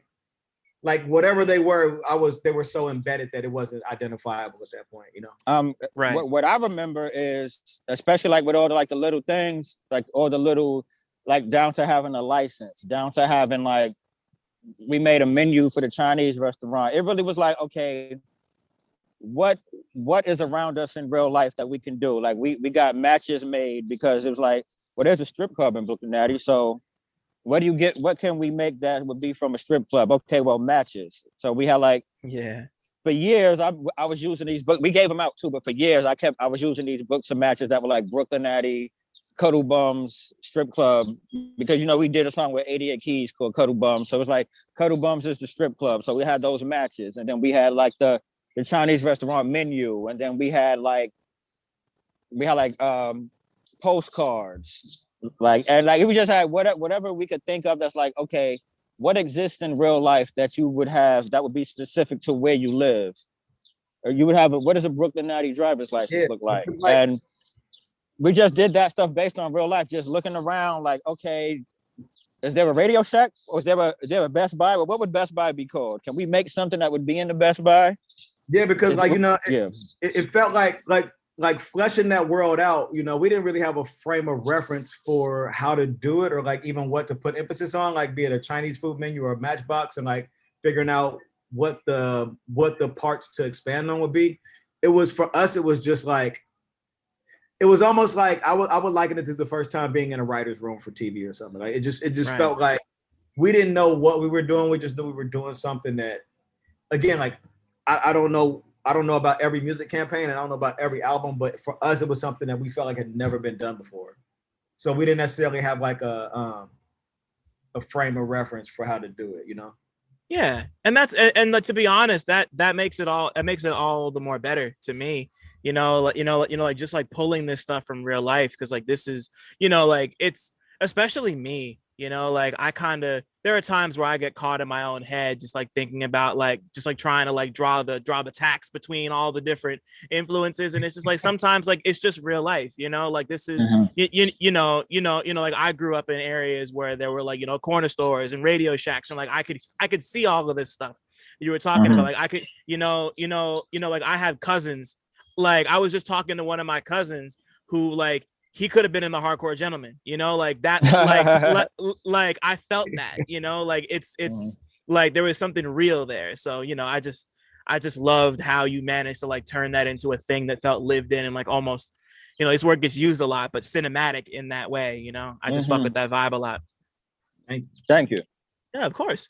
So, like let's talk about Don and Von real quick, because A, it's the new album, and B, like, even before I press play, like the plainness of the title like really speaks to me. Like, like just like the self-titled, like Don and Von, like why, just to start it off, like why did y'all feel this album like why was Don and Von the appropriate name for this album? Like just like the statement self-titled, like the Vince Staples shit, because he just did that too. Like it's like well, so that's the other thing too. Is I honestly, you just kind of gave me a little bit more context into it. Like I never thought of it as a self-titled album, but a Tanya Morgan album titled Don and Von is self-titled because we are Tanya Morgan. You know what I'm saying? Like, so a lot of the album itself, like the meat of the album was just, I won't say dropping the facade, but like we rap about specifically our lives and ourselves, and our music is so integral to who we are, and it's intimate, and it's just like this conversation. The only difference between this conversation and a rap song is that there's no beat and we're not rhyming. Like it's literally this thing. Yeah. Like I went on a run for a long time where I noticed I would just rap about being on the train or eating food. Like I would rap about my breakfast, like just weird shit like that, where we've been injecting so much of ourselves into music and like dressing it up with skits and, you know what I'm saying, like themes and concepts to pull people in, and not really, we were still being revealing about who we are, but it was this time I was like, all right, so let's just be us. You know what I'm saying? Let's just put ourselves forward on this one. Right. Yeah, like, and there's little flourishes there, but for the most part, it's I'm like Vaughn was saying before, it's not Brooklynati too, like this is it just feels like so, it just feels so direct and straightforward, and I like that about this a lot. It's still got the same vibe, but it's a different execution on that same vibe in that way, and I like that. And another thing that what used to always happen, we'd be on tour or somewhere, and you get to the place, you meet the sound man, or you meet whoever, or we go like do an in-store or whatever, and like, yeah, Tanya Morgan is here. And like, oh yeah, I saw the poster, I know you guys are a group, but what are your names? He says Don, I say Vaughn, and every time Don and Vaughn, like without fail, like, yeah, what's up, man, I'm Don. Hey, what's up, man, I'm Vaughn. Don and Vaughn. So it kind of became a joke. And then years ago, he was like, man, we should just name an album Don and Vaughn one day. And that day, it got to the point where I was like, yo, I think we should make that Don and Vaughn album now, Wow, that's tight. that's yeah. That's like, that honestly sounds like something that would happen on a Tanya Morgan song. Like I'm not even gassing. Like that's just what that sounds like to me. And like, no, what were you saying? No, it was that thing, like, how, and I've done this too, and I was totally embarrassed when I did it. Like when you meet twins and be like, y'all are twins, and it's like, yeah. So it's like that it used to, especially when we were touring like all the time, almost every day be like Don and Vaughn, and like, yep, our names rhyme. Yep, yeah. So it just became like, not being an asshole to the person, but we would look at each other like, yep, yeah, we're twins. You know what I mean? Yeah. So then it became a joke, and now here we are today with the album called Don and Vaughn. Yeah. Somebody asked me, somebody on Twitter was like, so why wasn't it Vaughn and Don? And like, can you tell me? I'm like, it's alphabetical order. It's not like he thought that we had like a big group meeting about the order of the billing. Right. They're trying to break us up, man. They're trying to divide us, man. Like, yeah. Hey Vaughn, DM, they're gonna send me a DM like, hey man, why your name ain't in front, man? Yeah, they gotta take that up with Helvetica and the people who made the alphabet. They'll be like, yo, man. It's because you the dark-skinned one. That's why your name's not first. This is colorism, man. Nah. And yeah, like I was saying before, like the thing I love about you guys' music is that you're like, like on top of being like so personable and so vulnerable with what you do, like I just love this like balancing of like heavy subject matter and like or like not yeah, it's like heavy subject matter and light subject matter and like tones and themes. Like, you know, of course, like the big standout for me has been Lemonade Stand. Just thinking about just thinking about how the way that goes. Like the first thing I thought of was Wonder Chosen, which is funny because I know Vaughn made a reference to Wonder Chosen, I think on the first track of You Get What You Pay For. And I was thinking about I did. And because I was listening to it before we hopped on the call, and I was like, wow, like it's crazy that was the first place my mind went. But like, you know, like it's just got this like Wonder Chosen's amazing, and I don't think enough people talk about Wonder Chosen. And ahead of its time. For real, and you know, and you're like y'all fit there too. So like it's just like that. And you know, like so you look at Lemonade Stand, and it's a song where, you know, like it sounds cute and really like nice and jumpy, but it's about black kids being profiled for selling lemonade.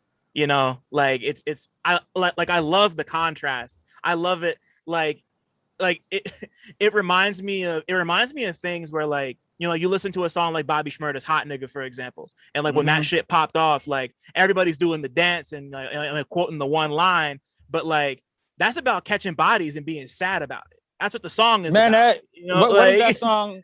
What's that song? We smoking on a blah, blah, blah pack. What's the name of that song? Oh, I forget. But yo, man, that song, man, like, cause that's the first time I felt like, yo, okay, my generation is getting old, because we were embracing it. Like, yo, you hear the sample? You hear what they sampled? And I'm like, are you listening to what's happening in this song? They're naming people that are actually murdered. They're literally saying, yo, this nigga dead now. This one dead too. And he's dead. Like, it's like if you took like a Britney Spears song and was like, yo, Pop Smoke is dead. Biggie Smalls is dead. Tupac is dead. No, it's like, yo, they're naming people that are dead over this pretty piano, but you're so focused on the novelty of what they sample. It's like, motherfucker, listen, this song is fucked up. Yeah. You know what I'm saying? Right. But, I just think that contrast is always really interesting to me, like as a listener, just because, like, I don't know, it just makes the song that much more intriguing and that much more like attention grabbing when you finally do realize, like, oh shit, that's what this song is about. Like, so, you know, like that's of course just like one example. There's plenty across the album and across your discography. And like, I guess I was just wondering. What's funny about that is I love, because, you know, Don and myself, we both agree that, you know, once the music is out, it belongs to you now too. You know, like it's your album just as much as it's ours. And we learn things about the album through people that listen to it, through interviews. Because when I shout to Clint Taylor, when he sent me that track, it sounded sad to me. And I was like, man, this sounds somber. So I wrote, funny enough, I actually wrote that verse. I started writing that verse to Reach in the Sky. And I was like, Reach in the Sky, that beat don't have the right energy for what I'm trying to say. So then I pulled up the Clint Taylor beat, which became Fresh Lemonade. And I was like, this one sounds somber. It's pretty, but it sounds sad to me. So this fits. And, you know, Reaching the Sky just sounded more like shit talking to me. So that became that. But a lot of people, like some of the interviews we've done so far and some of the people that have talked about it, they've said the music sounds hopeful, but the story is sad. And I love finding that out, because I feel like majority rules. So you're right. Regardless of what I thought, majority rules. So from now on, my next interview, I might be like, yeah, the music is hopeful, because I got that, you know, it's Dylan's album too. You know what I'm saying? So it's like, I love learning what the album sounds like versus what we think it sounds like. You know what I mean? Right. And also, before I forget, I fucked up the name of the song, and I'm sorry. It is called Fresh Lemonade and not Lemonade Stand. I know what you're talking about. It's like, that's important to me, though. I don't like doing that. I appreciate it, because, like, you know, like I just called the song, that song Smoking on the Pack. What's that joint? I was talking about I thought somebody Isaiah Rashad. I thought that song was called Came Through Bussin'. And then I went and I was like, from the garden. I was like, what the fuck is from the? I'm like, what the fuck is that? It's called Come Through Bustin'. I've mixed up the name of Tanya in the Sky, To the Sky versus Reaching in the Sky. There's so many like sky high move like W songs on the album. I don't even know the song. Yo, I've done this on purpose. If you go to our catalog, we have like 30 songs that start with W, and that's on purpose. Wow. We got We Go High, We're Fly, We Be. Why would you choose a letter so far in the alphabet? We Rolling, Want You to Want Me. I can keep going. We have like 30 songs that start with W. Is Dylan's How to Play on this W theme? Like, what's up with the W? Clearly, I knew, son. If you go back to Moonlighting, it was We Right Here, Warm Up, Want You to Want Me, We Be. And I said, because I have a weird sense of humor, I was like, I'm gonna keep that going. I'm not saying shit to Ill or Don. And from now on, this is literally the first I've heard of this. Like, I have no idea. Yo, if you go look, I was even making this album. I was like, yo, all right, we need one for this one. So what's the one on this one? We Go High. Yo, and you know what's funny? I remember looking at the track, like, why are there's so many like W songs? This is confused. Like Whole Mood, I was confused, but now. Well, I guess the A. I count the A, but it is Whole Mood. No, yo. Go back and look at your own track list and go look at your discography. It's mad songs that start with W. And I told myself one day, we're not even gonna do a greatest hits. We're gonna do Tanya Morgan songs that start with W. Just the W hits, yeah. Yeah. The W's. I've been keeping that going. There's something like going back to movies. It's almost like how Quentin Tarantino always has feet in his movie. It's like there's always a song. There's always a song that has W in the title on every Tanya Morgan album. If you go look, you'll see at least 2 or 3 on every one. Wow. I'm fucked up now. I'm fucked up. And that's my way of trolling. I've been doing that every album. And if there's not one like worldwide, like if we didn't do one, then I messed up. All right. Yeah. Well, you heard it here first, y'all. You got to look out for it on the next one. You got a whole Von P responsible if that happens again. So like, Facts. So yeah, I bring all of that up to ask, like, like that's the balance that you guys strike on these songs is like that's tough, like it's tough to not have that come across as like too, or at least from my perspective, like to have it either be too saccharine or like too serious, like it's so hard to keep that like to kind of like, I don't want to say like light on your toes, but just kind of like move the way you do in that sense. Like is that difficult for you? Like, is that something you think about while you make songs, or does it just kind of like come out that way and you're like, oh, that worked? Laugh to keep from crying, man. A little bit of both. Like for me, it's definitely just a part of my personality, just to kind of be balanced. Like I can find the humor in the darkest moments and the sadness in the brightest things, like, which I think that's just kind of like me being a realist, not really a pessimist, and not really like a overall like whatever the opposite of pessimism is. But I'm just kind of like a person that just grounds myself in reality. An optimist. It would be an optimist. Yeah. And when it comes to like actually writing rhymes and like thinking about subject matter, I'm definitely trying to figure out a way to make it interesting. And sometimes contrast is the most interesting like thing. So you know what I'm saying? Like, yeah. And talking about a situation that's really heavy, finding a little bit of levity, you know what I'm saying? Like on Fresh Lemonade, when I was like, you at the crib playing X Where the Hood At on the Neighborhood app, like I thought that was funny. You know what I'm saying? That is funny.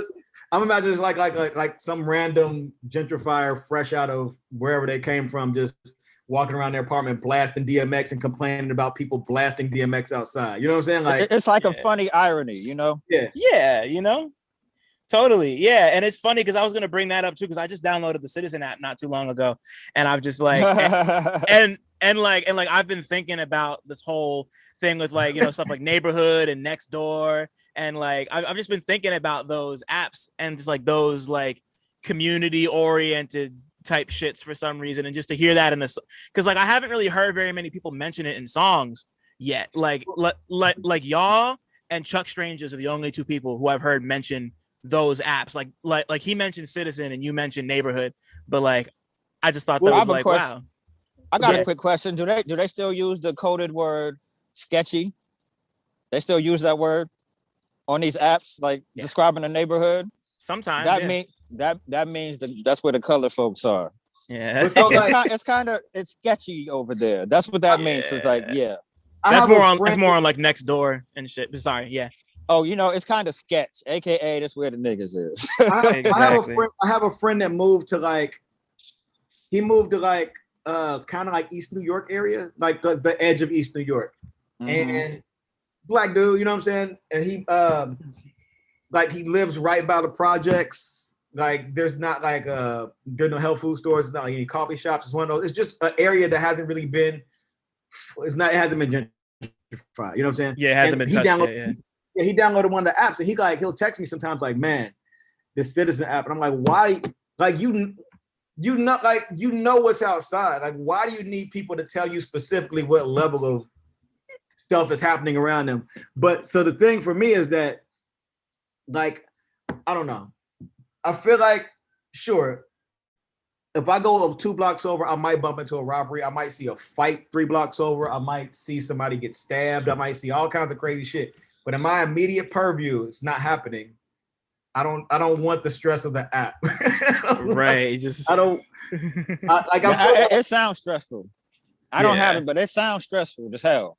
Yeah. It's pretty stressful because like you'll just be like, because I live in Jersey and like I just have it for like it'll just be like, oh, there was a car crash like 5 miles away. It's like, why do I need to know this, bro? Like I'm just like I'm in front of my house. I'm about to go to the park. Like, what are you talking about? Like, I'm not trying to think about that type of shit while I'm like on a walk, Like the weather app is stressful enough for me. I don't I don't need a crime report there. Yeah, we got all this other stuff. Like like I love Twitter, but I turn Twitter notifications off on my phone because I don't need that. Like I could just like come on and find it and then go away and it's like gone until I open it again. Like it's like that's enough without Twitter will stress you out. Yeah, nah, but it's also great, like it's just like I can't tell you how many people I've met, I can't tell you how many people I've met, how many opportunities I've gotten like through Twitter. And it's like, I tend to have more fun with it than I do get stressed by it. But every once in a while, I'm like, okay, I see what y'all are talking about now. Yeah, this is kind of a lot. Here's a question. Would you call the Citizen app white Twitter? like you know what I'm saying? Honestly, sure. Yeah. Like, I don't know what goes on there, but I just feel like it's a bunch of people. It's like a message board, right?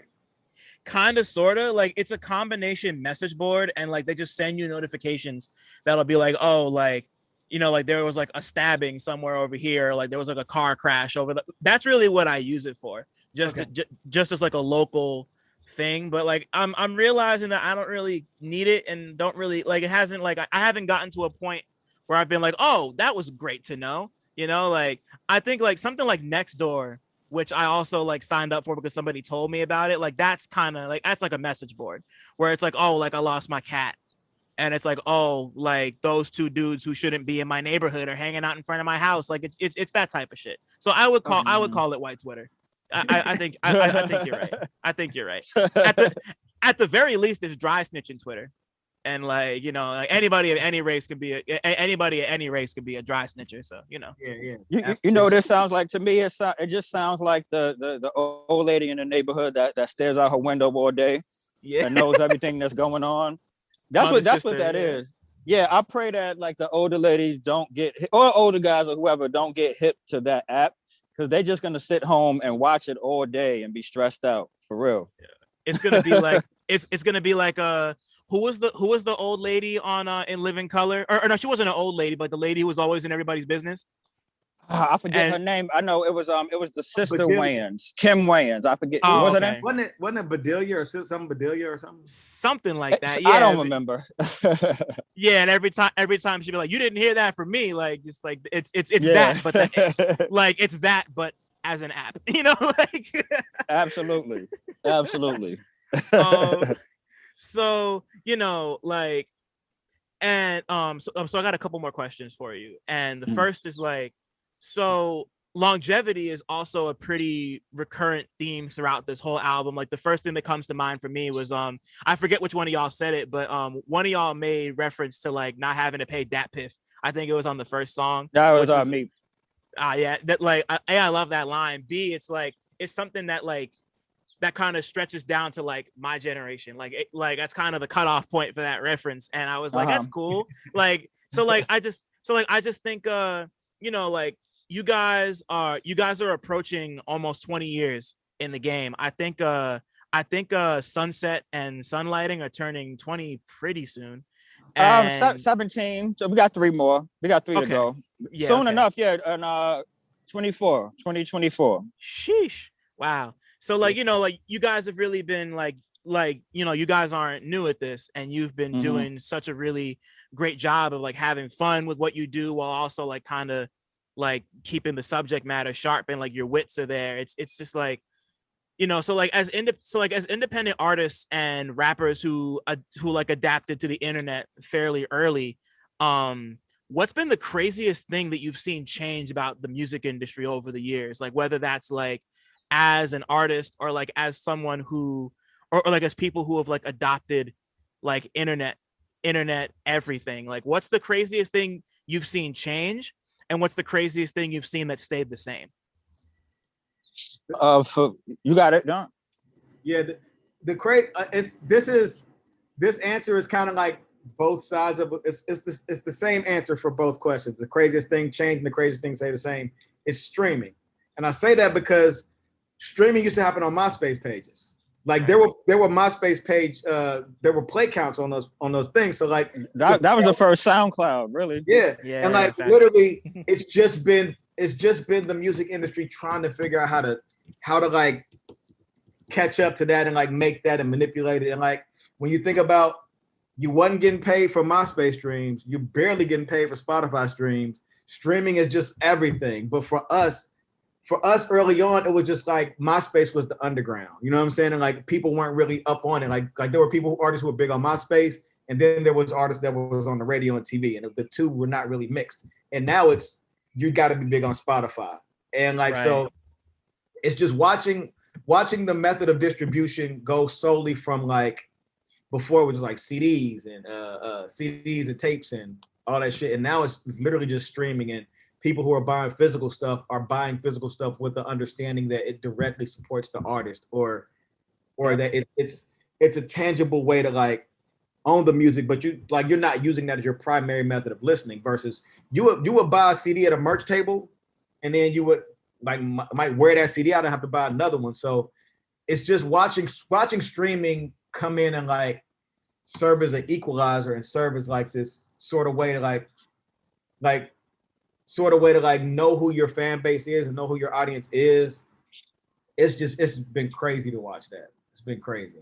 Yeah. The wackest thing to me is how like you can have something and it'll just not be in your library the next day because the artist took it down or the label took it down, or like they can change.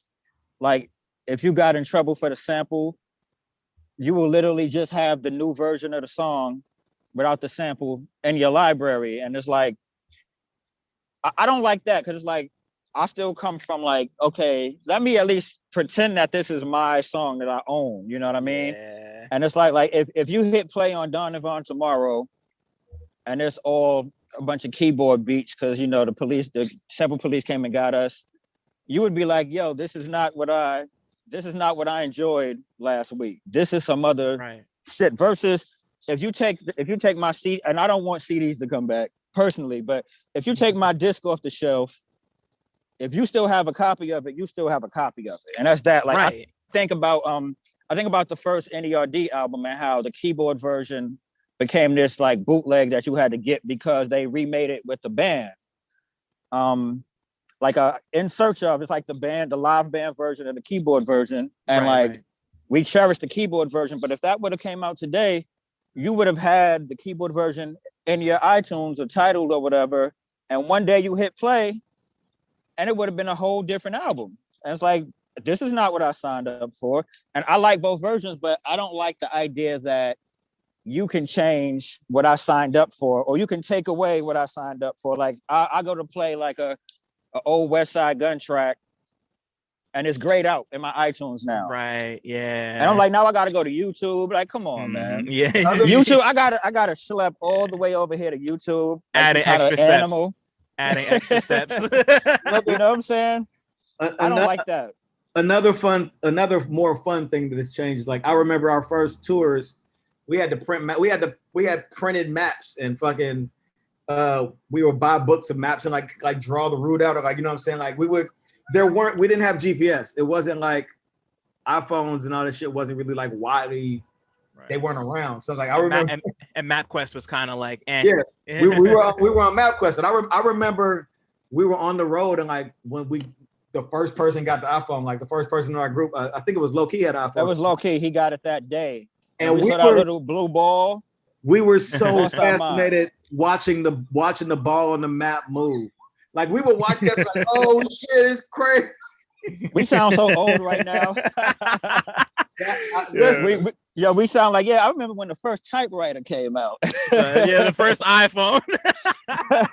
Again, like the funny thing is iPhones are so ubiquitous now. Like they're just the only thing that people have. And even if they have Android, it's still like a touch device that's based off of, like, you know what I'm saying?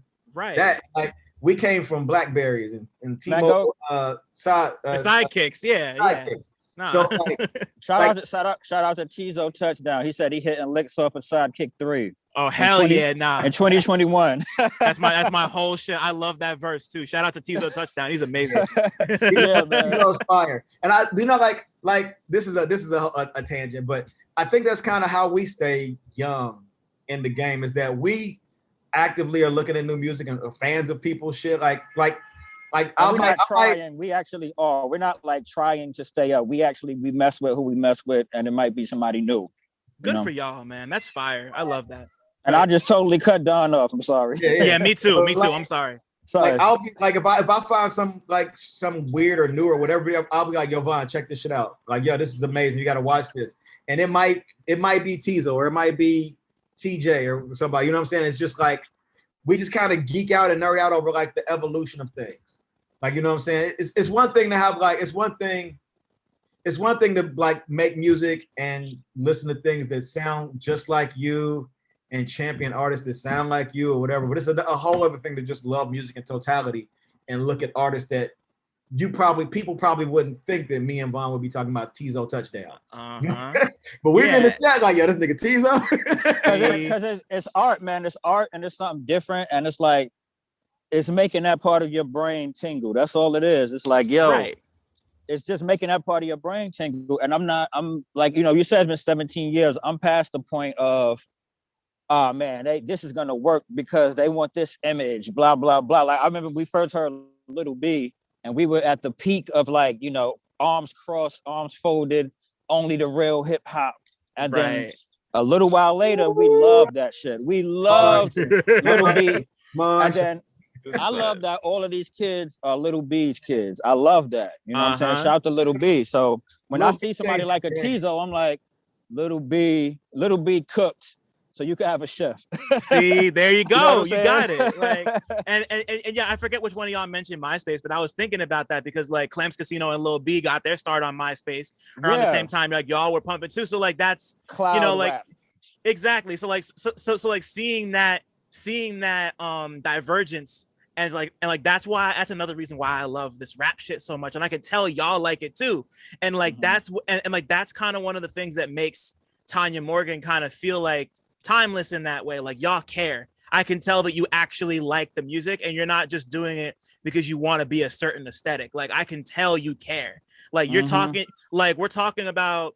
You mentioned Boot Camp Click before. Like I can't tell you very many people I could talk to about Boot Camp Click, Tizo Touchdown, and Isaiah Rashad.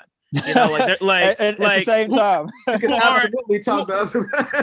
Who aren't actively involved in music like we are, and like you mentioned TJX6, Don. Like I'm a huge TJX6 fan. Like that's my dude right there. I love like him and Kasha Kwan. Like you put them in a room together, it's just like I'ma just laugh for 20 minutes. I'm about to say, I just think that shit is comedy, man. And I mean that respectfully. Again, yeah, of course. Kids of Lil B, I got love I got love for any like anybody that's under that Lil B umbrella, because Lil B, he like, again, he hit that part of my brain when I finally understood what he was doing.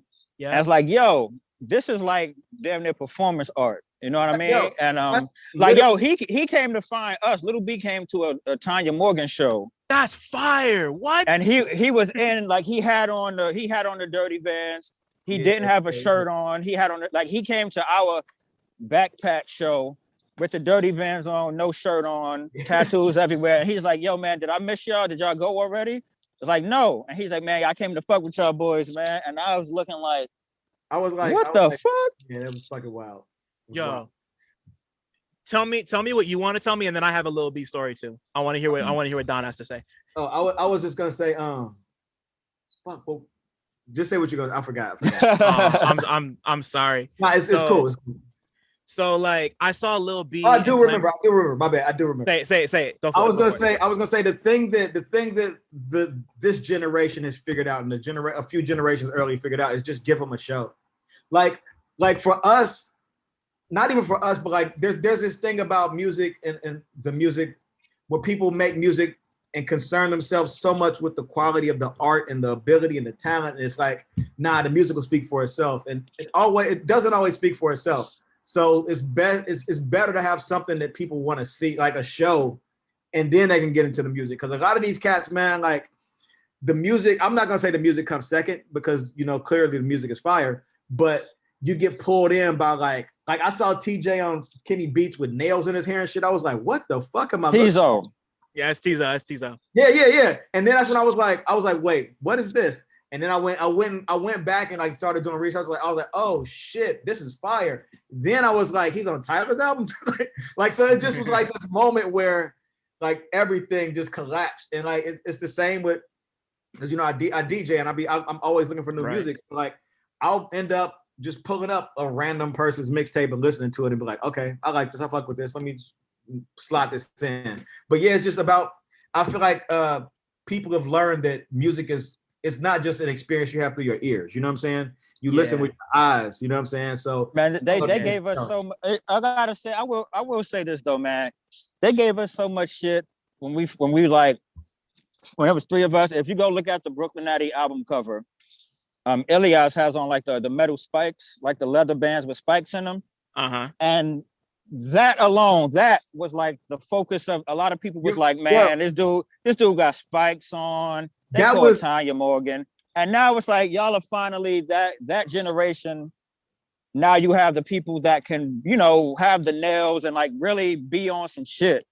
But it was like, we got judged for that kind of thing. And it was such a small thing. You know what I mean? That was like Young Thug on the album cover with a dress, straight up. Yeah. Yeah, like lost their mind over that. We're like, what? It's a bracelet. What's happening? Like, we have a mixtape. Tanya Morgan is a rap group, and they're like, oh, this nigga got a scarf on, and I was like, yo, the things that used to like tick people off. It's like, yo, you could do anything now, and I like that, because when I see Tizo, I think about Ilias, and it's like, Ilias would have been this if he wouldn't have been held back by people like looking at the picture and being like, I want to hear this rock shit, because one person has on metal, spikes. It's like, right. Like, we used to do shows, and I would get like, he like tapped me, and then I got cut with one of his spikes. And like, man, I wish my guy could have like really took it all the way there at the time. But I love that now it's more accepted, and now you could really, you could rock out now. You know what I mean? What's the Lil B story? So the Lil B story, I was gonna say that people might have been traumatized by Lil Wayne's Rebirth, but that was a year after y'all. That was a year after y'all put out Brooklynati. But the Lil B story. So I went to go see him. I saw him in Clams Casino play a show at the PlayStation Theater before I don't think it's there anymore, the one in Times Square. So I went there. And Clams Casino did his thing. I'm a huge Clams fan, like Jersey's finest. He's dope. And then Lil B came on about halfway through the set. They did a handful of their songs together. Lil B did a whole bunch of Pac songs. He did Vans. He did all that other shit. And then And then Clams went off, and Lil B started DJing, and he was playing like deep cut New York shit. Like he started playing like Black Moon and started and like he was like doing all the words. He started playing Black Moon and Doom and Mob Deep, and like he was just doing all the words to everything. And he would hold the mic out and nobody in the crowd knew any of the words. And he was like, I thought this was New York. Nobody knows this shit. And he went in for like 30 minutes. He knew every word to every song. And like he understands, man. Right. Like, and like people really like, people didn't get what Lil B was on, and they just thought that he was like a joke or something. And it's like, this is a guy who really loves this music shit. Like I knew it before that, but to see it happen in person, I was like, oh, like he like really gets it. And like, and like at the end of the night, people walked up to the stage because he was like signing things. People gave them their debit cards so he could endorse their debit cards. Like I'm not gonna lie, I've never seen any other artist like with such a fan base that they would give them their credit card. Like, sign my credit card, bass guy. Like that was a thing I heard someone say, and I watched it happen. Like I've never. That's like, amazing. That is amazing. Like he's Lil B is the you know like I can imagine that guy doing a song with Ninth Wonder, Jean Grey, and Fonte when they made Bass for Your Face. Like, you know, like that's and then when he did the Tony Yayo song, like he can do anything. Like Lil B can do anything. Shout out to the bass god, always and forever. For real. Again, another cat. I would put him in. I would put him on the list of. He is a form of pioneer. You know what I mean? Oh, like absolutely. For a new generation, he is a form of pioneer. Like if like you, I don't want to like throw out a hot take and like compare him to anybody, but when you think about the pioneers from like, you know, when Don and myself grew up and the guys that are considered on the Mount Rushmore for a certain generation, he's a version of their Mount Rushmore as he should be. Mm-hmm. You know what I'm saying? And I mean that wholeheartedly, for sure. He has a lot of sons. Lil B has a lot of sons. Like, and a lot of entertainment because of him. A lot of this stuff is super entertaining versus cats that just want to be good at rapping and are not entertaining. Right. You got to have both, man. Totally. And not to drag this on too long, I have one more question for y'all that I thought wouldn't be relevant, but I guess it kind of works now, you know, like, so like we've talked often and you've talked often in general about kind of being ahead of the curve in terms of certain like marketing tactics and techniques and just like, like y'all were on a Drake album before people were on Drake albums, you know, like we were supposed to be, yeah. No, right, yeah, but you know, like you were in that conversation, and like you opened, like if I remember correctly, you opened for Drake at a show, right? Because I think one of you mentioned that in a song. In VA, Virginia. Yeah. See, so like y'all had that before a lot of people did too, and like now like that's the thing to have is to like either be on a Drake song or be featured on the Drake song, you know, like man, yo, that same year we were on tour with Wale, and the opener acts for the New York show, it was the venue LPR. The first person that went on stage was a brand new kid just signed to Rock Nation by the name of J. Cole. And he didn't even have songs. He went up there. That's how I knew. I was like, yo, I'm not gonna say I knew he would be a star, but I was like, yo, they messed with him because he went up there and just kicked acapellas. I think he did acapellas for like 15 minutes. Wow. And the crowd was like, yo, this dude is nice. And then Big Sean went up after him. And Big Sean only had that song that was on the Can't Tell Me Nothing mixtape. I forget what it's called. Was it Super Duper or something? No, it wasn't Super Duper. It was like the first, like if you go back to that mixtape, like when Can't Tell Me Nothing came out. It was a Big Sean. I think it's Get You Some. I think it's called Get You Some. Yeah, go on, get you some. Go on. Yeah, and that was it.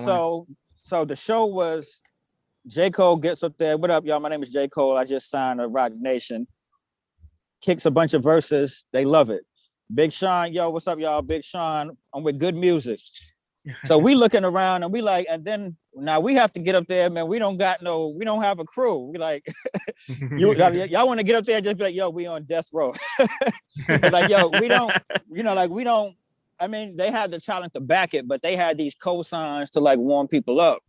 And we was like, damn, we just ourselves. And then we're still like self-conscious about image. Cause that was like, it was Wale's crowd. So, you know, they were there to see the flyness too.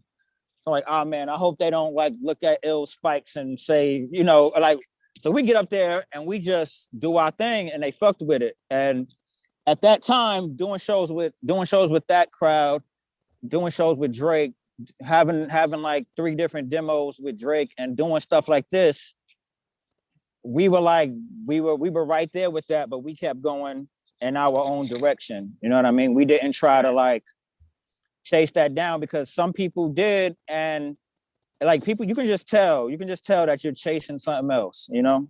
Right.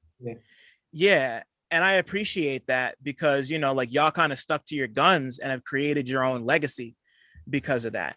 And, you know, like even considering that, like my last question is like as creatives, like kind of like being on this, like, you know, like never on schedule, but always on time type shit. Like, has that ever been really frustrating for you? Like, is that something that you've kind of had to like reconcile with?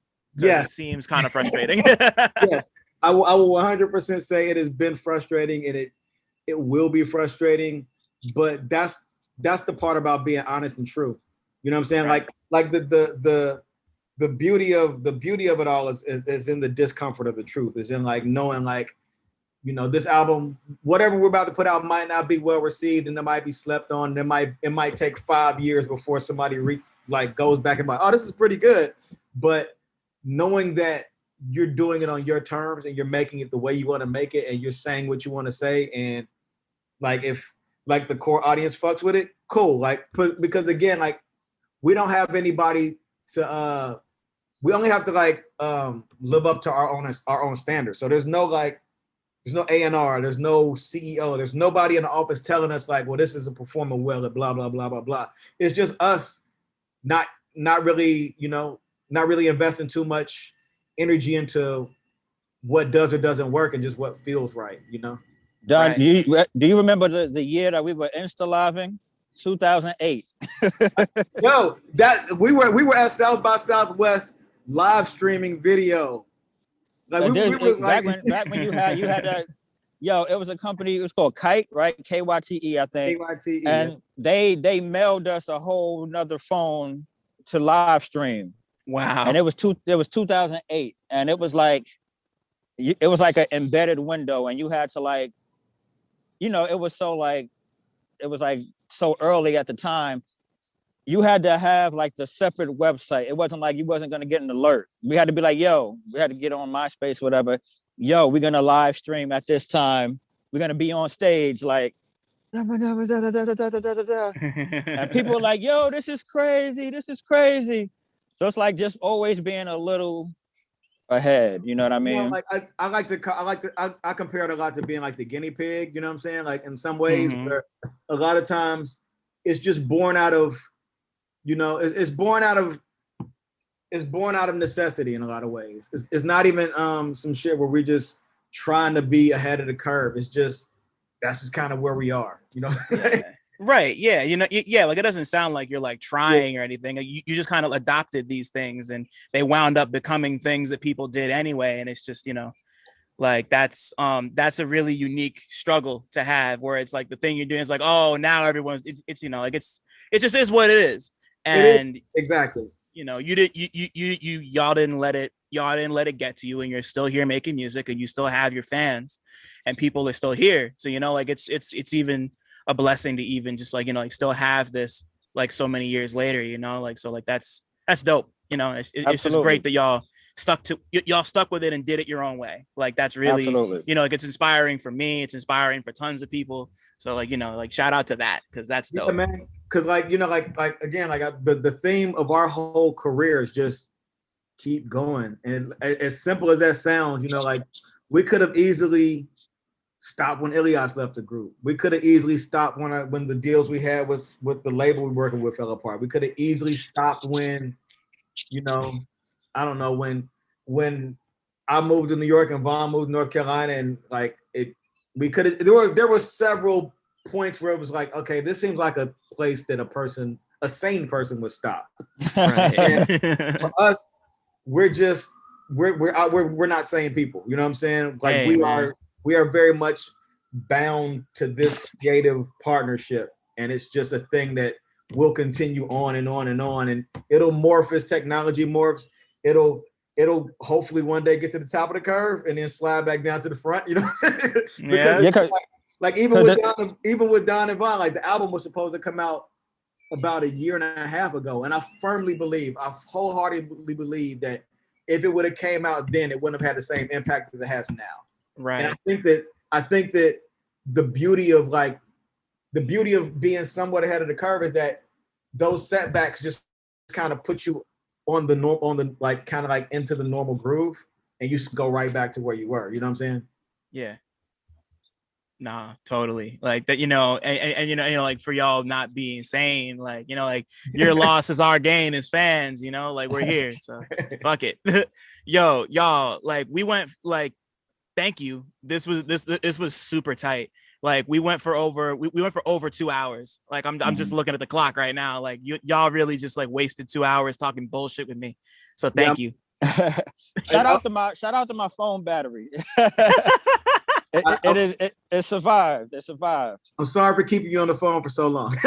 No, fuck that shit. This was amazing. Like, man, like that's what I'm saying. Like for us, this is just hanging out with Vaughn. You know what I'm saying? Like this is hanging out with you. Like this is kind of just it was the highlight of one of the highlights of my day. You know? Yeah, man. We just talking art and creativity, man. Like the goal is not really. I mean, I won't speak for Don so much, but for me, the goal is not like, got to get a Grammy, got to go platinum, got to finally get the cover of. It's just like, let's keep getting this creativity out the right way. Like, right. Don, you had an idea.